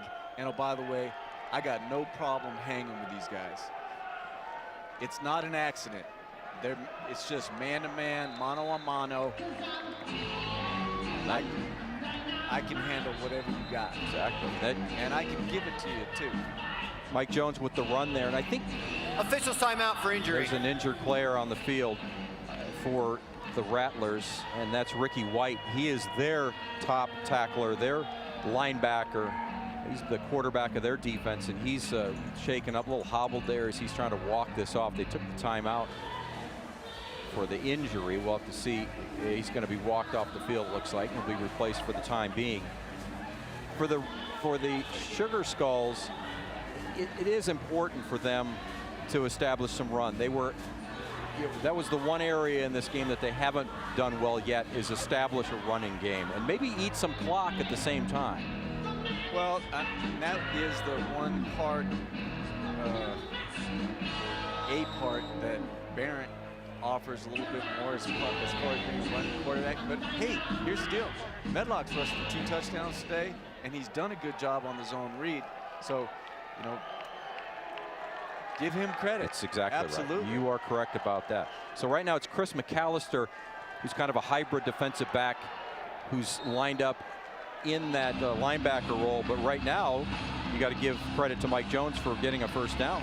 Well, give credit to Marcus Coleman too, because he clearly is listening to you about needing to establish the run better. Sure he is. Game, and here it was right there. All right, thanks for the pat on the back. Yeah, he literally just patted me on the back, and I appreciate that. Kevin Guy will try to make an adjustment, but he'll have to do it without Ricky Wyatt, who's his linebacker, who is the playmaker as far as stopping the run. Maybe you take advantage of it now with an undersized linebacker at McAllister. There's a problem, though, when you get that kind of penetration from Connor Flagel, the defensive lineman. He's in your backfield before you can even decide whether I'm going to hand off or keep it. That's the problem. Connor tackled them both. they ran the zone read. He's got to read that guy. But oh, by the way, he tackled them both. And as you said, he actually got there, what we call the mesh point, where you actually put the ball into the running back's belly and make your decision. Well, if he got there before he could make the decision. 2nd and 13 after the 3-yard loss. And the ball just flat dropped by Rashad Canty. Canty was starting to run before he had it in his hands. There you go. Got to look it in. We talked about being perfect or nearly perfect to beat a team like the Rattlers, and this is a point where now it's 3rd and 13 and you haven't been perfect at all in these 2 plays. You really need to keep the chains moving and keep your momentum going and try to answer back. In fact, a touchdown or an extra point would take the lead, but first things first, 3rd and 13 for Jake Medlock. See what they do defensively.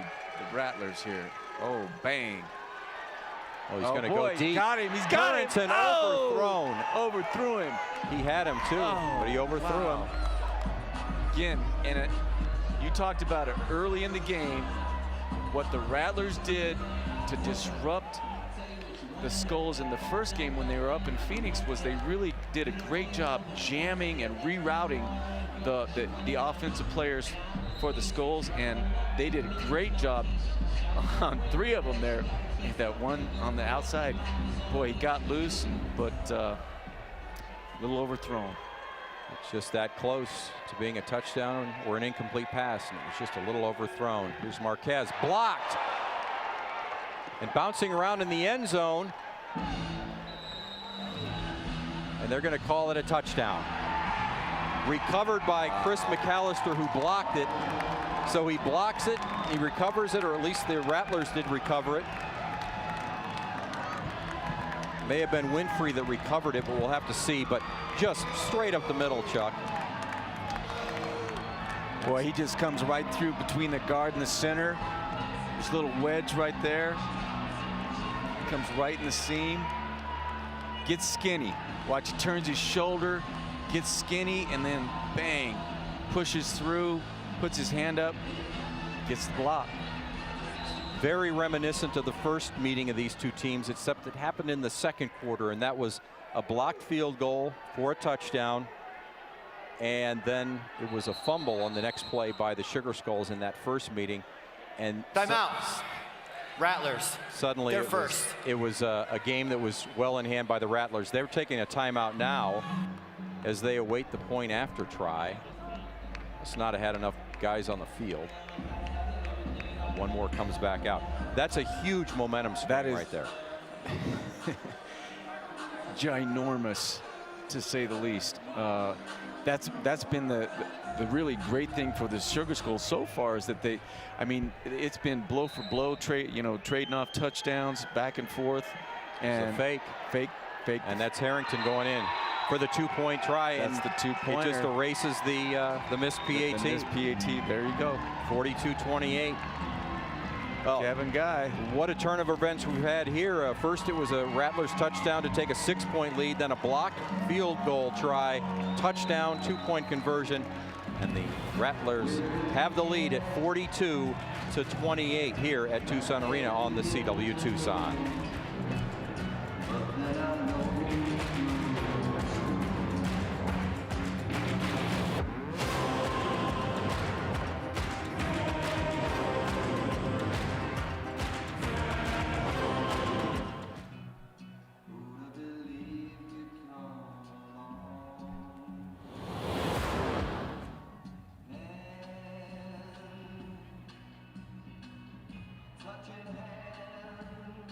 Don't make me start singing. Reach out.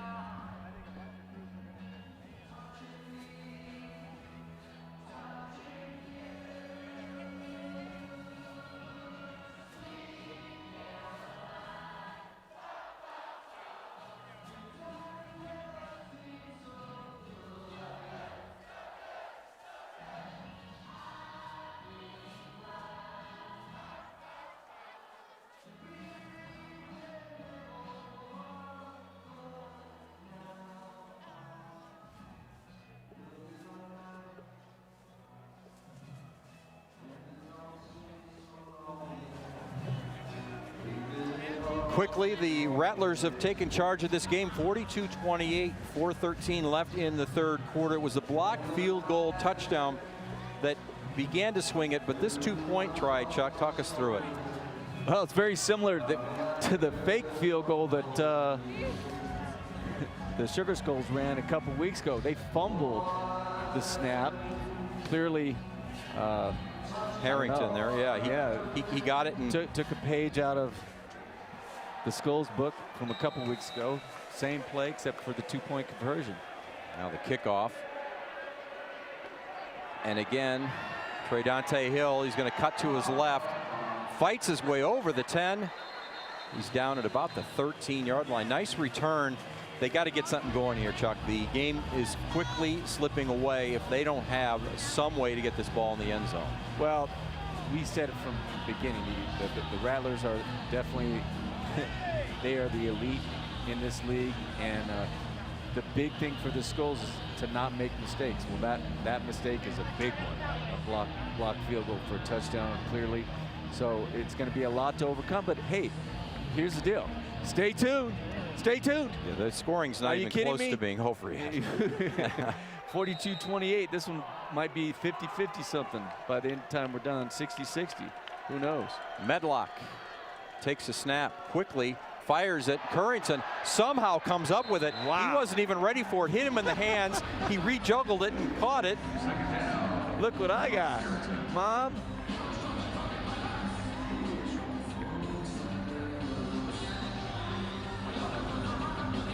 Jason, what do you have for us? Yeah, Pat, you know, it's tough for Diego Marquez or any kicker really to kick such a long field goal, because you look up top there and you see that stereo system, and you kick it too low, it gets blocked. You kick it too high, it gets that. So you try to have to thread the needle. That's what makes it so challenging for a kicker from a long ways away. Jason, you're right, and that's the oddities of each arena is a little different. Sometimes the arena has a giant jumbotron, a scoreboard hanging down. This one just has the speakers, but they are in the way, and they are, if you hit them, it's a dead ball. You don't want to hit those speakers, quite obviously. So it is just a quirk of the indoor game. That's a great point, Jason. And the thing is, understand it differentiates. It's different depending on which way you're going. They're not over. Those speakers aren't over the middle of the field. They are not. They're more on the near side of where the cameras and where the press box is, where we're sitting. Nice run by Mike Jones. He did a little sidestep and found his way to midfield to get the first down. Pick up the first, big first. There's a look at it now, and it is just on the right side of midfield at the center mark. In that camera angle. Here we go. For Medlock, fires quickly. Ball complete to Canty, and Canty hangs on this time as he's hit hard. Another first down, and he signals first down himself. You know, you're gonna get hit in this league, and when you're a big guy like Canty is at 6'3", 215, we think he's one of probably the top tallest handful of receivers in indoor football. They're just a pretty big unit. Most guys are 5'10" to 6 feet. That's kind of the standard size for this arena game, and nowhere to run for Mike Jones as he's stuffed for a yard loss. He definitely, on that last play, Canty definitely, he gave the DB the business on that one. The DB got the business end of that, for sure. He's 6'3" and 215, and most of these receivers are, 180 if they're lucky, and 6 feet tall, 5'10", somewhere in that range. Under pressure, touchdown, wow. Sugar Skulls into the boards for that touchdown. And how about that? Just like that, Rico Brown with his second reception of the game for a touchdown. What a nice play. And again, they run a little zone, a little hitch right in front, and then run the number 3 receiver, the inside receiver, over the top of number 2. Great throw, great catch, great execution. That's just good offense right there. Jake Medlock stood in there with the guy coming straight at him. Absolutely. Diego Marquez. It's good. Back within a touchdown now, and still 36 seconds left just in the third quarter. So plenty of time, plenty of action. Plenty of time to come too.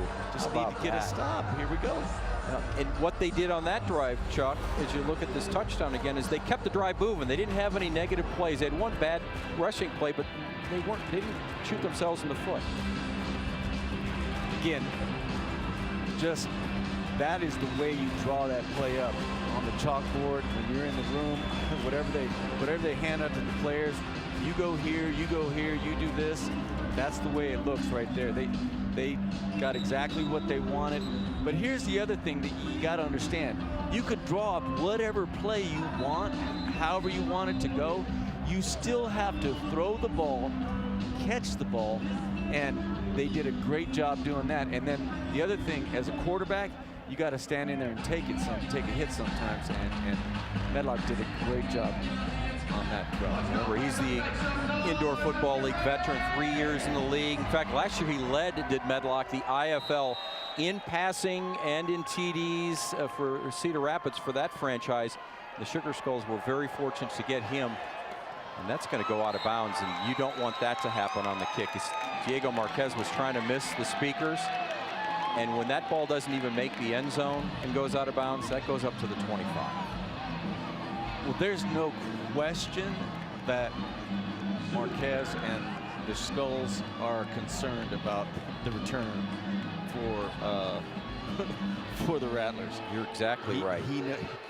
Jamal Miles is Miles is he can do everything. He can run it for Miles. He really can. He's very shifty when he gets the ball in his hands. We won't bring up where he went to college again. Exactly. But like I said, we all have hurdles. He's still in his hometown. He played high school, he played college, and now he's playing in professional football, the indoor league. Ziemba right back at it, wide open, and I mean wide open, is Jamal Miles, who we just talked about. You don't want to kick the ball to him to return, but you don't want to leave him wide open either. And that would be, that one's not hard. That would be a breakdown in coverage. You can't be that wide open. Well, look at Ziemba. He can't even believe he's that open. He had to pump fake once. What happened is not as easy as it sounds, but he faked like he was running the over and then came back, and there was missed another extra point there. Missed another extra point though. Not the only saving grace. That's the end of the third quarter. So we end the third quarter with a wide open touchdown, and back to a 13-point advantage go the Arizona Rattlers. Jake Medlock doing his part here on the CW Tucson.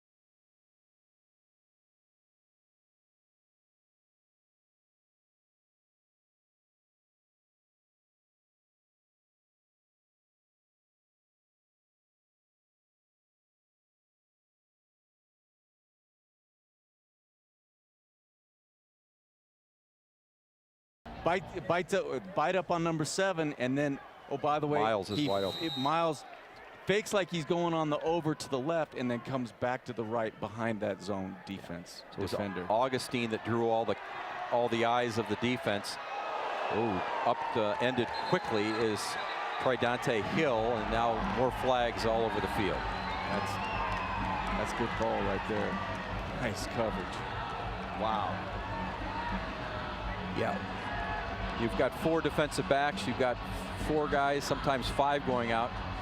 You know, well, there's a lot of gamesmanship. When you've got a coach like Kevin Guy you see here, who is the master of this indoor football game at this point, let's be honest.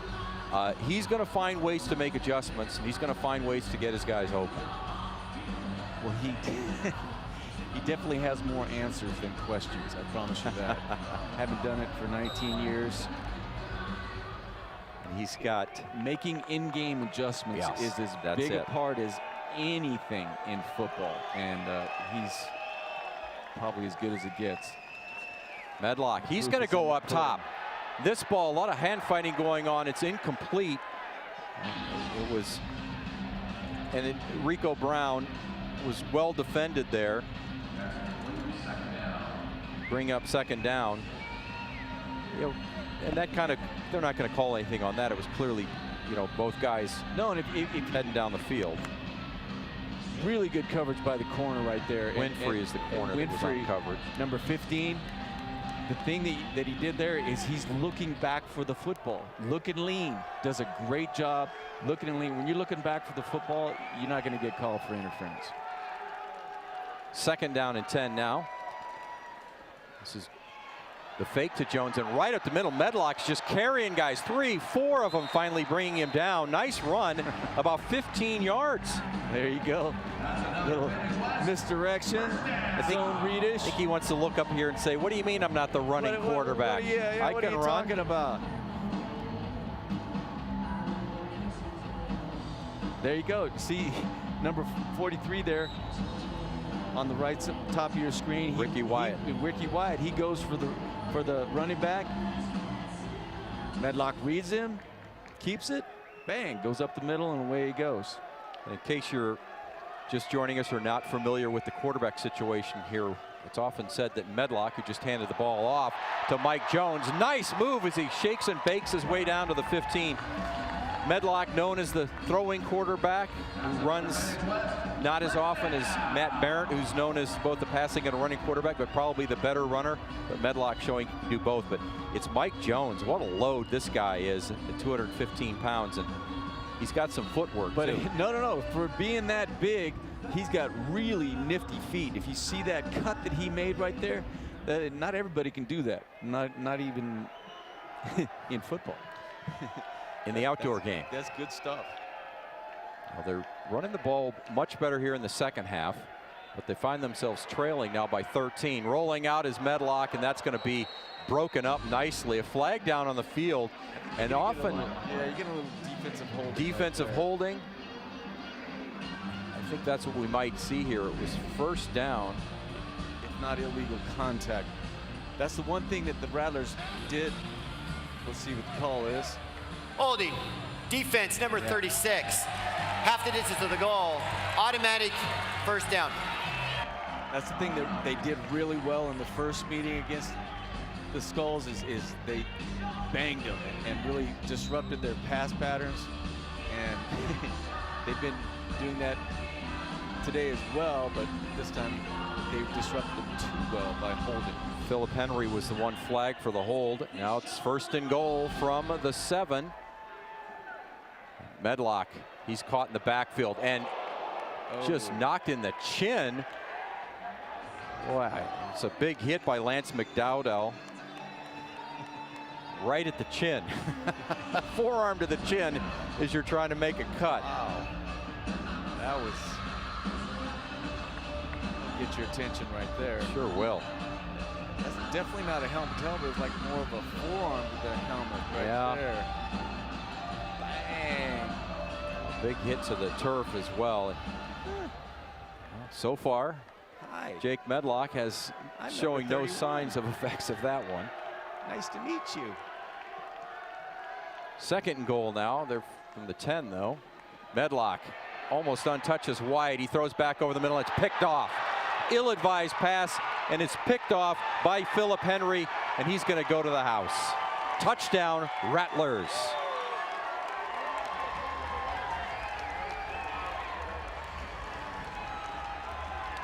So quickly it can happen. Well, the Rattlers brought pressure up the middle, got Medlock off the spot. You watch right here, coming right up the middle. Nobody to block him. Medlock rolls out to avoid the pressure. Makes the ill-advised throw. Touchdown, other way. Obviously going down and just tried to make a play, and the play wasn't there. Ricky Wyatt was the one that had grabbed him and was taking him down, and instead it's a touchdown going the other way after the interception, and now it's a 55-35 advantage for the Rattlers. The Sugar Skulls in a big hole with 11:10 left here at Tucson Arena. You're watching Sugar Skulls football on the CW Tucson.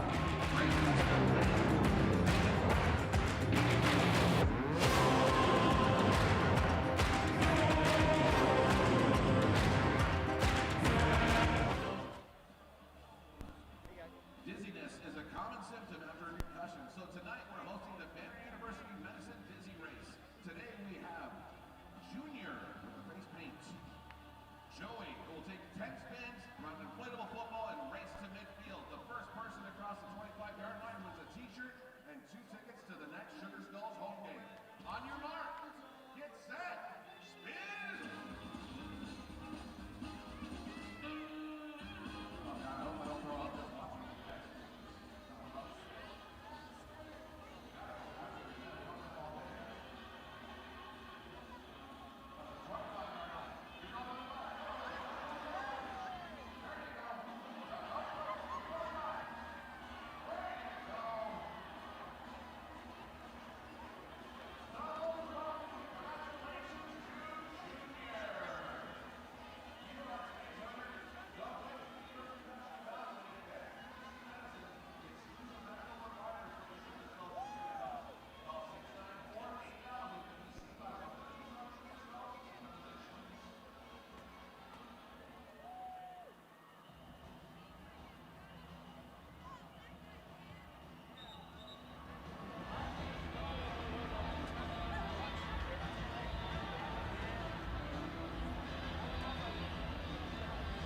There's Bones, the mascot of the Tucson Sugar Skulls. Skulls trailing 55-35 now after the interception return for the touchdown. Do you think that dog would like Bones, the mascot? I wouldn't mind chewing on his leg, I don't think. Probably not. Well, I kind of feel like the Sugar Skulls' legs are getting chewed on right now, not on by the Rattlers right now. The difference in the game really, as you and I were just talking, is the block field goal for a touchdown and this interception for a touchdown, because they were trading touchdowns. Sugar Skulls to get down a touchdown but then come back and answer. But special teams and turnovers, just the difference in this game right now. Back is returning again, Triton Hill out to the 15, nicely done. Hey, there's still time to come back. There's plenty of time. Are you kidding me? You've got to protect the football, and you can't turn it over. Right. And oh, by the way, it would be nice to get 1 or 2. This would be a nice time to get a touchdown and then get a turnover of your own. You're exactly right. Medlock comes back out.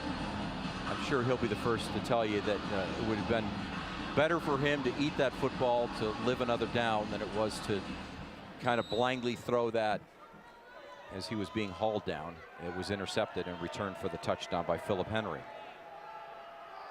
Back to work goes Medlock. Two receivers in motion. Flag, and it's going to be a false start. Just out of sync all of a sudden. There you go. It goes from... False start. Offense, number 73. 5-yard penalty. Still first down. Saunders called for the false start. You get a little out of sync, things start to go bad for you, get even more out of sync. And it's all about momentum. Yeah. You know, you're right there. You know, first half, they're as good as the Rattlers. They come out, it's like, hey man, we can handle these guys. And then you make 2 mistakes, 2 big mistakes, and maybe not so much. And here's Medlock, and Jones wasn't running the same route. It was overthrown by quite a bit. Mike Jones, the running back, was out in the pattern, and he had man coverage. And talk about the way you run routes, and he thought I was going to break it off a little bit. And Medlock thought he was going to go on a fly pattern. Well, the defender for the Rattlers, number 8, he did a great job banging Jones coming out. Disrupted the pass pattern. Yeah, Merriweather has been one of their best defensive backs. Well, nowhere for Jones to go. He was smothered.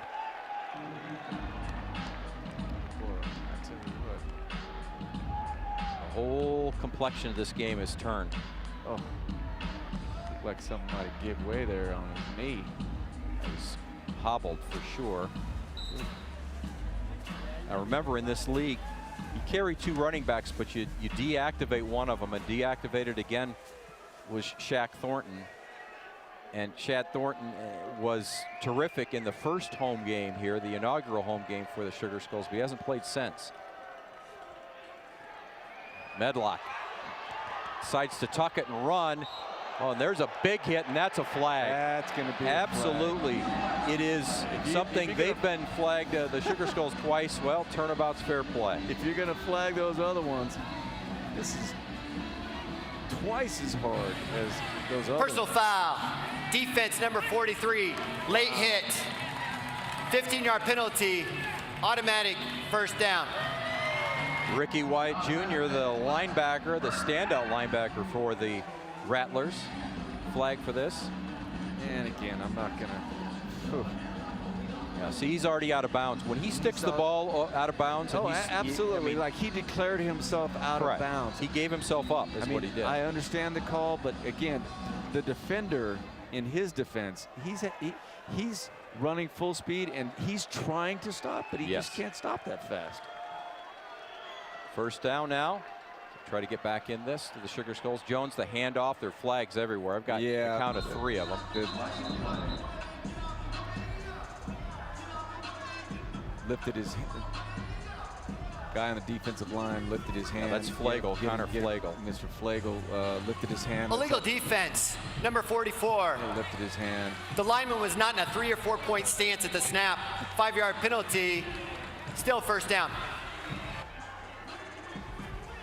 Yeah, they actually got Lance McDowell, but I think both of them did it. Well, the bottom line is when the ball is snapped, you have to, there's the 3D linemen have to have their hands on the ground when the ball is snapped.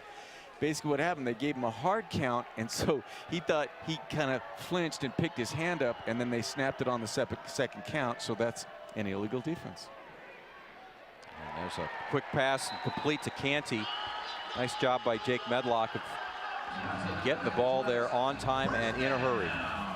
First down as the Sugar Skulls have to think about scoring quick. Nice little pivot route right there. They've gone with Jake Medlock this entire game, and he's played well with the exception of that interception return for the touchdown. He has played very well today, but you can't overlook that. It's one of the big plays that's led to this 20-point advantage now for Arizona. There's Jones. Looks to be still running well, lowers his head out at about the 5 or 6 yard line. We'll see where they spot it. They've done a better job running the football in the second half, but they've also found themselves losing ground in the score. Well, obviously they need to strike fast. So if you're the Rattlers, hey, just try and slow the Skulls down a little bit. Medlock, you're fine with that. Gets hit and then spins down for another yard. You know, for us defensively speaking, you know, having been on defense my entire life, when you're defending a lead like this, you're fine having them hand it off. Turn around and hand it off. Yeah. Basically, the big deal here is keep them in front of you. Make them run another snap. Take time off the clock. The clock is your friend. Well, time is now under 7 minutes, and this drive's taken a couple of minutes already. And that yeah, clock is still running. You need to get Still it quick. running. The little jet sweep, and right at the goal line is stopped as Rico Brown, and has come up about a yard short. And oh, by the way, a yard short. Okay, but the clock is still running. So they might get in now, but although it's 4th down, 4th and 1. But the big deal here is it's another 30, 40 seconds off of the clock. Trips right, and that's the way Jake Medlock's going to go, and he gets in for the touchdown, I believe, waiting for the signal. Boy, this He's is stretched out. It is a touchdown. Wow. Touchdown Sugar Skulls on 4th and goal. Jake Medlock reaches in and scores. I would not be surprised if they take another look at this one. Oh, wow. 3rd rushing touchdown. Let's see it here for Medlock if it stands. See where the ball is in his right hand. Yeah. He reaches I think out. he did. I think that's a he got it touchdown. with the reach out. Yep. Waiting the PAT. Marquez. Nicely done. Oh, it's no good. Off to the right. I thought he just snuck it in there, and he did not. So now we're able to cut it to 14 with 5:31 left. It's not over yet, folks. The Sugar Skulls have an answer for the time being, but they've got to get the ball back. You're watching Sugar Skulls football in the CW Tucson.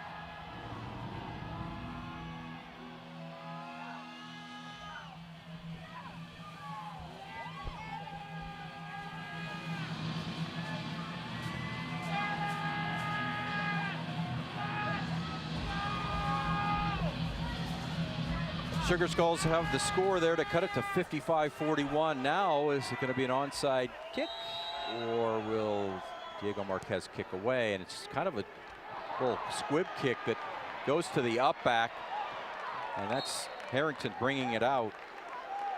Gerard Harrington, and you've got a situation now where you just gave them excellent field position, the Arizona Rattlers. Chuck. And I'm not so sure that was the intention of that. It may not have been. I don't think they were trying to not to directly kick it to the only know kind of middle back there, right? You want to pop it up over that front line, but you don't want it to go right to the return man. I think it was just mishit. Unfortunate. So Ziemba goes back to work with a 14-point lead. The difference in the game clearly right now at this moment, 14-point deficit. Block field goal for a touchdown, interception return for a touchdown. Otherwise, you're playing even with them. It's hard. It's not a moral victory. I'm not saying that at all. I'm just saying this was the difference in the game to this point. Ziemba keeps it, and he stumbles forward and falls down at the 10-yard line. Again, for the Rattlers right now, the clock is your friend. Run the clock, and that's why you see the run here. Ziemba clearly isn't a running quarterback, but just need to run the clock. Yeah. And they're going to take every bit of this play clock as well with the clock running. See kind of a, they're doing it with. Okay, now you got no backs. Might be the jet sweep here. Again, that's Miles. Miles gets stuffed to the right, and he's taken down hard by Rashawn Henderson. Weber State. They haven't called his number as much today as the nose tackle for the Sugar Skulls defense. 6 feet, 290 pounds is Henderson. You call that dense. Rashawn Henderson, yeah, very, very much so. But again, the clock continues to run. The clock is running, approaching 4 minutes left. 3rd and 8 now for the Rattlers. Big play here for the Sugar Skulls defense. Under pressure, Ziemba, and he's going to throw it out the back of the end zone. He was feeling the heat. Stops the clock. That's a good thing. 4th down. You know they're going to kick a field goal this time. This is one of those where, you know, Kevin Guy doesn't like to kick field goals. He does not like to kick field goals. And he's sitting there and he's talking to the fans. Yeah, I don't like this. But it's a smart move. You're up 14, you get up 17. Look at the way he's sitting on that fence. He's like, all right, I got to kick a field goal. Yeah. Okay, I get it. Doesn't mean I'm happy about it. No good. Missed the field goal.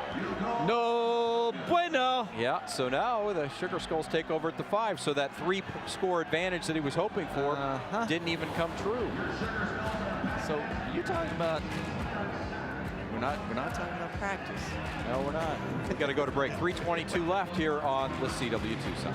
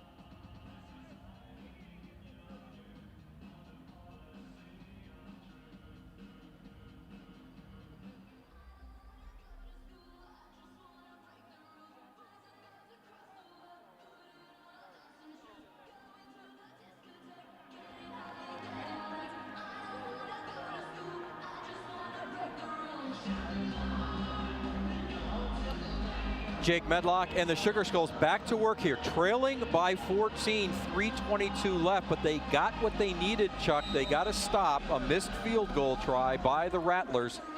They've got a little new life here. Hey, take them how you can get them. Missed field goal works. I'd like to have a little bit more time, but having said that, 3:15 is an eternity. 14 points. Medlock quickly.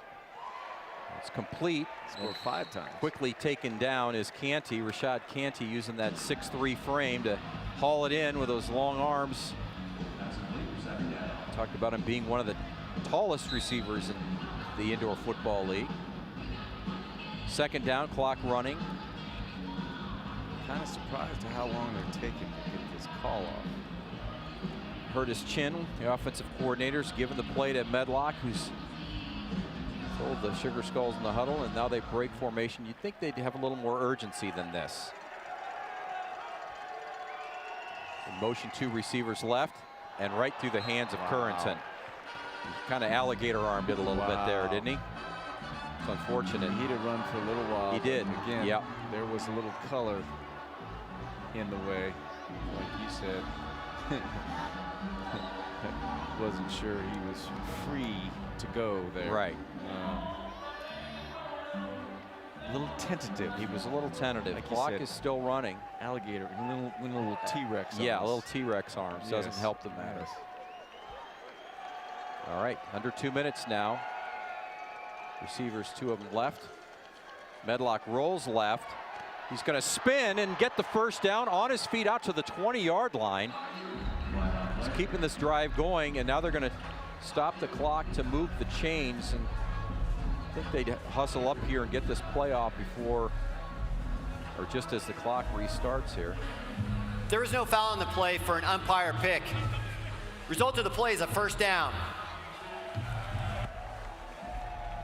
Well, I'm glad that we didn't have an umpire pick Didn't call. have an umpire pick. I guess you can't use the umpire. No, clearly. You can't to use pick it for you. There's not a whole lot of room out there, Chuck. I don't know if you noticed that. It's not as big as the field you played on. The interesting thing defensively, though, that the Rattlers are doing is that they dropping one of their defensive linemen, look, into coverage. They It's sure only are. a 2-man There rush. he is. And there's the intercepted. pick. Well, there's the interception by Merriweather, and Devontae Merriweather has not had a lot of chances to get his name called. Now, there is a flag on the play. Let's hold on here. If they call roughing, and Medlock is slow to get up, if they call roughing. Now, the question will be, is it after the interception? Because I think he blocked him after the interception, saying he was going to make the tackle, which is... So it's post turnover. It should be post turnover. That's what they're discussing here. And this is obviously a very large call in this game. If it stands as an interception, though, that'll be the second for Medlock.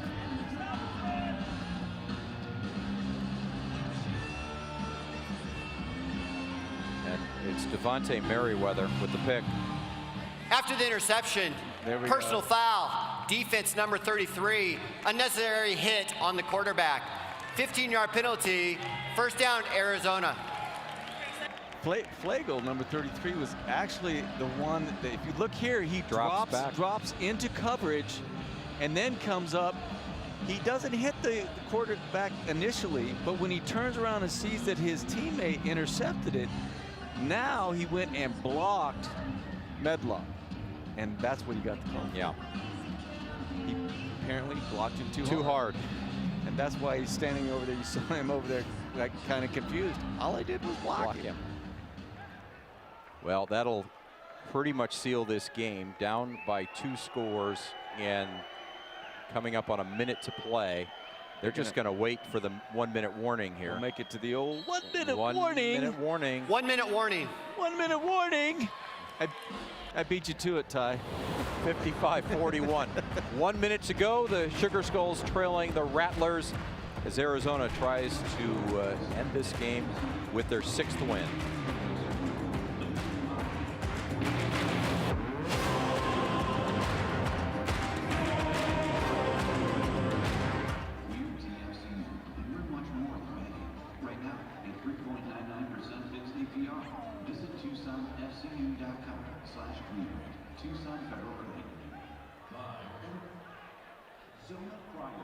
Tucson's premier cryotherapy, a fast, non-invasive treatment for anyone seeking chronic pain management, relief, inflammation.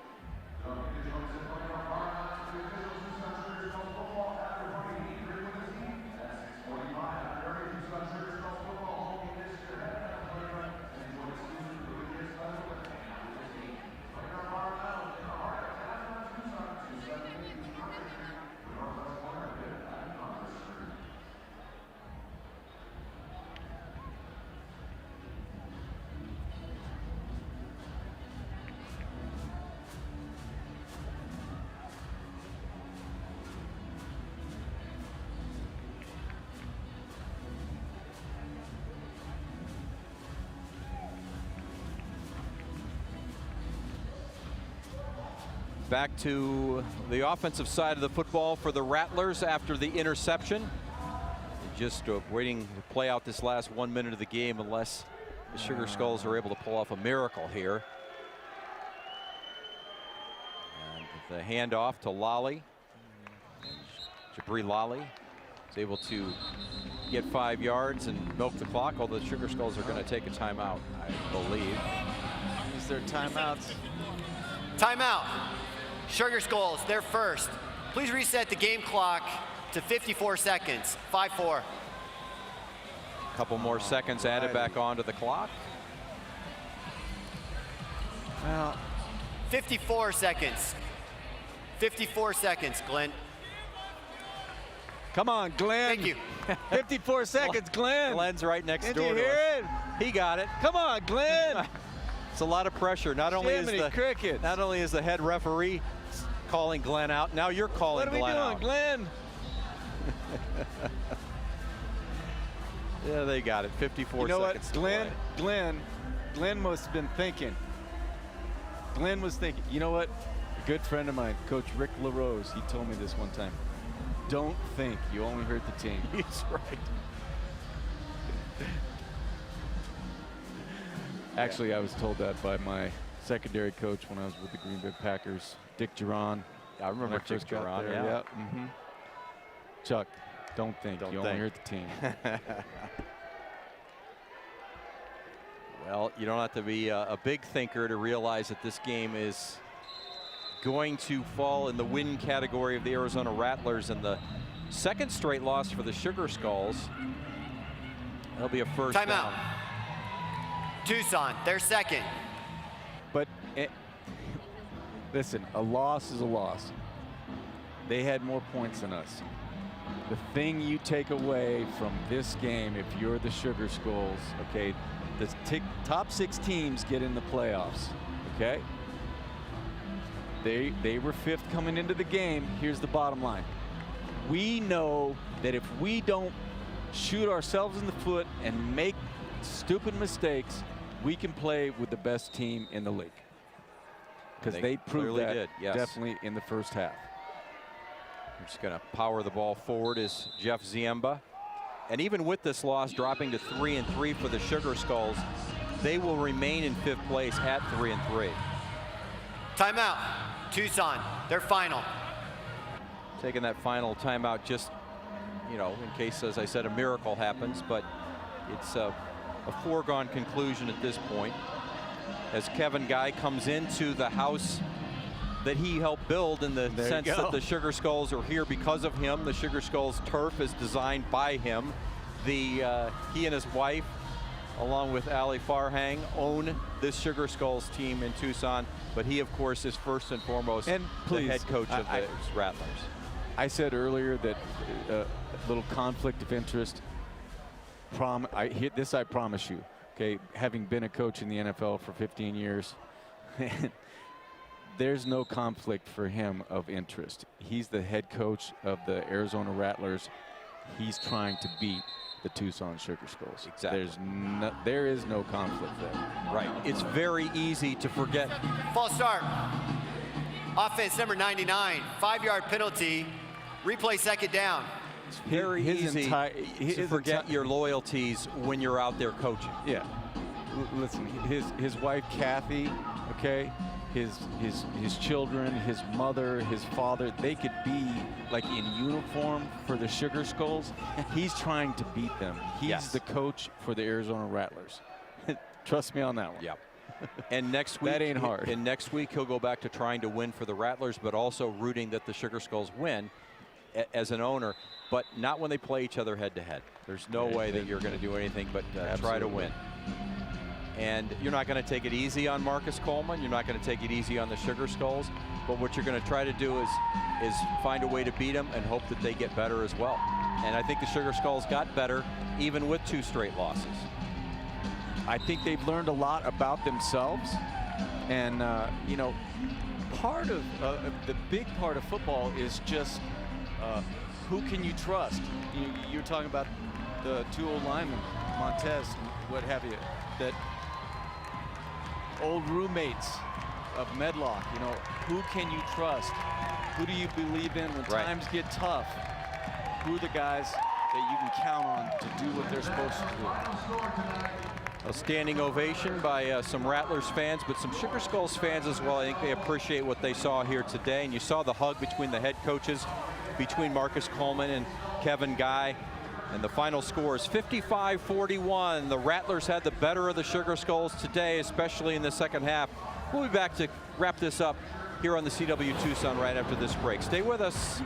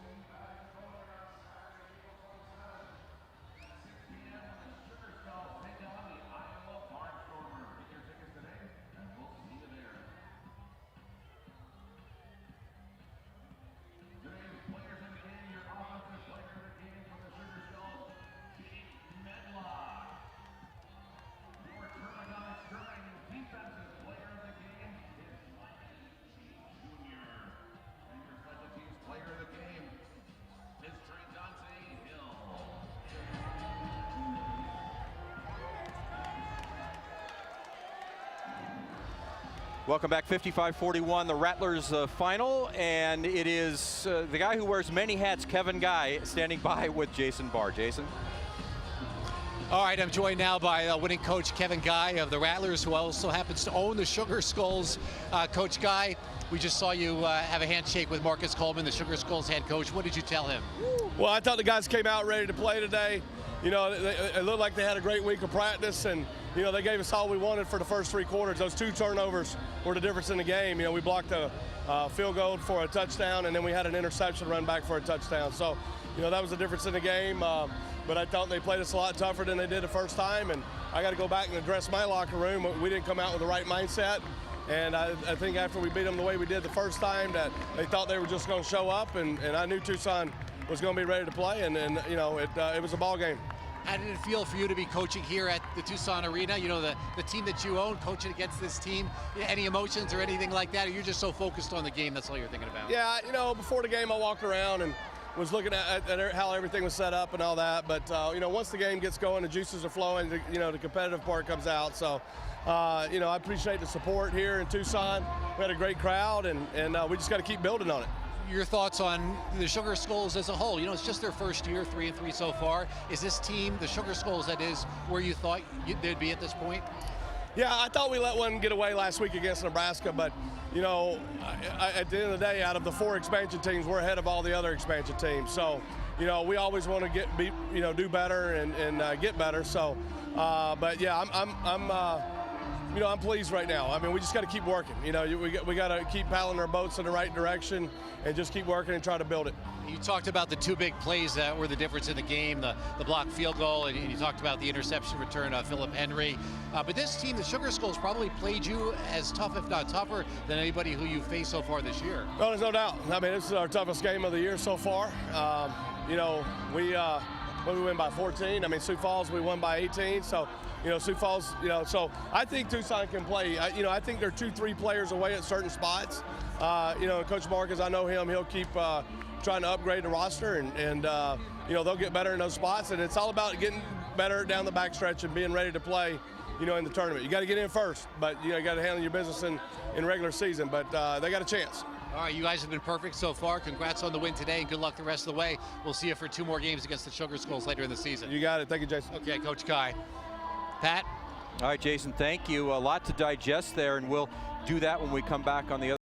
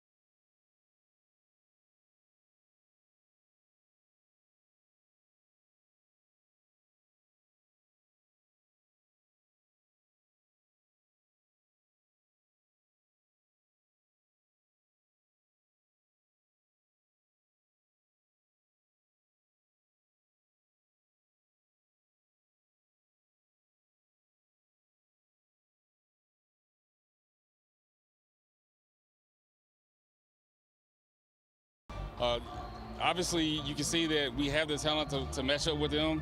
If guys do what they're coached up to do, but we got to narrow down, whether it be turnovers, block field goals, we got to narrow down the mistakes. We had a lot of blown assignments in the back end that I'm not happy about, so we got to narrow, tighten up those mistakes. I mean, you take away those two plays, and you played with them. Can you take anything away that you played them much tougher than you did a few weeks ago? Yeah, you can. I mean, I think it shows how far this team has gone throughout the year. I think it should prove to them that they can match up with them or anybody else in this league. So if only we don't beat ourselves and shoot ourselves in the foot. That's kind of been our Achilles this year, and it's up to us as coaches to fix that. We've talked about special teams before. How do you get Diego going with some of those kickoffs? I don't know, man. I'm not a kicker whisperer, so I couldn't tell you. I mean, we're gonna have to figure it out, before the game this week, and we'll have something worked out going throughout the week, and hopefully we can rectify that situation. All right, first losing streak, I guess you would say, for the Sugar Skulls, or it's only 2 games though, so really not much of one. What are you telling the team here after the game? Well, you got to keep fighting. Number one, you can't give up just because you lose a couple of games, and 2, once you go back and you watch the tape, when you see that the only reason that we're probably losing these games is we're making the mistakes ourselves. It's not anything that anybody else is doing. Like I said, either blowing coverages, turnovers, block field goals. It's hard to win like that, against anybody. Especially a team that we played today. So we have to go back, try to rectify some of those mistakes.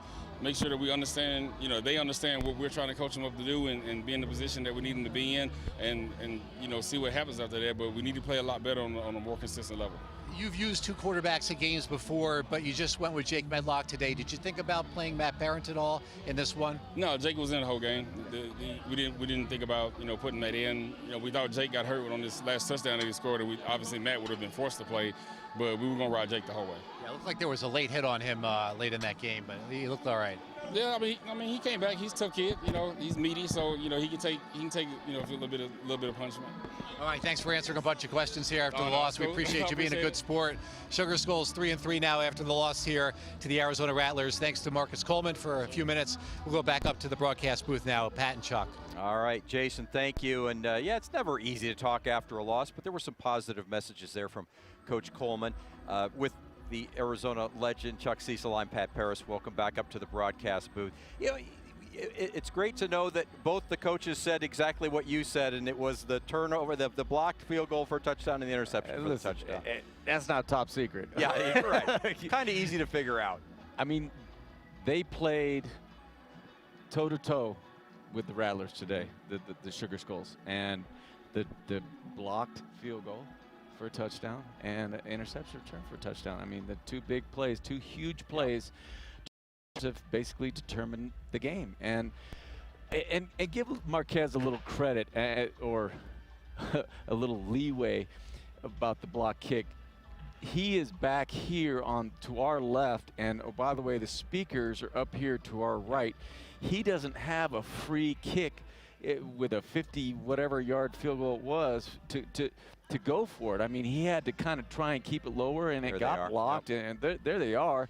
And they're not in the middle of the field. They're actually over the 20, and it was the 20 away from him. So he has to try and kick it lower, and I think that is part of the reason for the block. I mean, give the Rattlers a little credit. The guy came through. He got kind of skinny coming through the center and the guard. Yeah.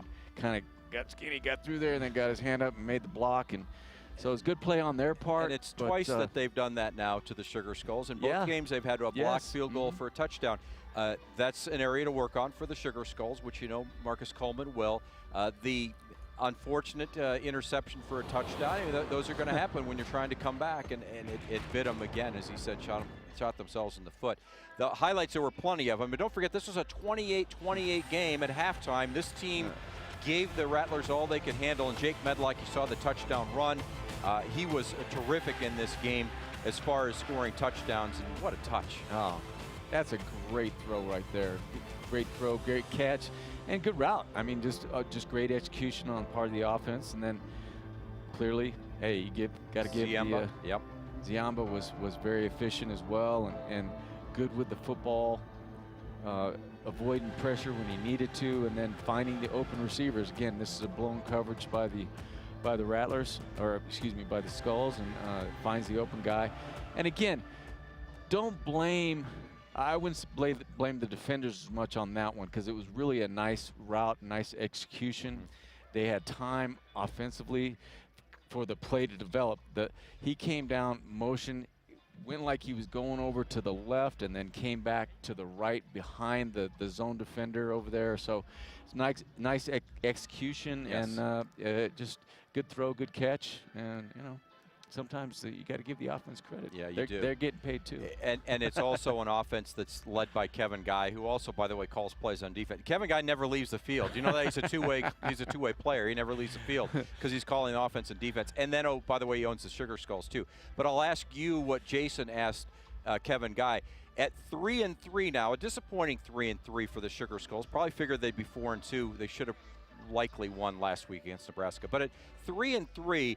Are they about where you thought they'd be as the best of the 4 expansion teams, but right at 500? Well, I would say this. They have a lot to build on. I mean, they have a lot of things that clearly they need to improve on, and things that Coach Coleman's going to take care of, I'm sure. But I think they have so many positive things to be proud of and to build on, and to go, hey man, we can do this. We can go to the playoffs and we can win this thing. We're good enough. We just have to clean a few things up, and you know, I'm sure Coach Coleman and the rest of his staff are going to look at those things and bring them to light and make them very apparent to their players that, hey, this is what we need to do. Got to get better. Yeah. He also had the blueprint for a great week of work as far as practice goes leading up to this. Everybody said they had a great week of practice, and it showed in that first half. So the final stats now after this 55-41 loss by the Sugar Skulls. And again, the passing yards, Jake Medlock did such a terrific job throwing the football. That is apparent. The stats actually rushing-wise even back up again a little bit, didn't they? When you look at the stats, Tucson is even or better, but the big, and it's, you know what? It's any football, high school, college, the indoor football league, the alliance that just folded. Yeah. Okay, the XFL that's coming next year, the NFL, the European League, the Canadian League, whatever you're talking. Football. I don't care what football league you talk about. Yeah. If you turn the ball over, it's going to be really hard to win the game, especially if you lose the turnover margin. It's the biggest stat in football, all levels. Up next for the Sugar Skulls, they go to the Quad Cities team that's just behind them in the standings. You would hope that they'd be able to win that game. And then, Chuck, in 13 days, it'll be a Saturday night here at the TCC. We always talk about the Arizona Rattlers as being the team to beat, but don't forget about those Iowa Barnstormers, who are the defending United Bowl champions, equally thought of as one of the best indoor teams throughout their history. Yeah, it'll be another nice test, a nice, litmus test. So let's see how good we really are. Yeah, okay, because Iowa's definitely Iowa and Rattlers are the two teams. They really are. No doubt. We'll see. Now they've got to get by Quad Cities first. That comes up on April 20th, and then back here at the TCC, our next telecast on the CW Tucson is on April 27th with Iowa coming to town. So today didn't quite work out for the Sugar Skulls, but certainly some improvement. We saw plenty of that. We saw them go toe-to-toe for 3 quarters, as Kevin Guy said. For 3 quarters, this was anybody's football game until the blocked field goal for a touchdown and then that interception return for a touchdown. That's the difference in the game, 55-41. The Sugar Skulls on the losing end of the game with the Rattlers. And we'll be back, as we said, in 13 days from now. We'll welcome in the Iowa Barnstormers. But for now, for Jason Barr, Chuck Cecil, I'm Pat Paris, and our entire Floodstream crew, thanks for watching Sugar Skulls football on the CW Tucson.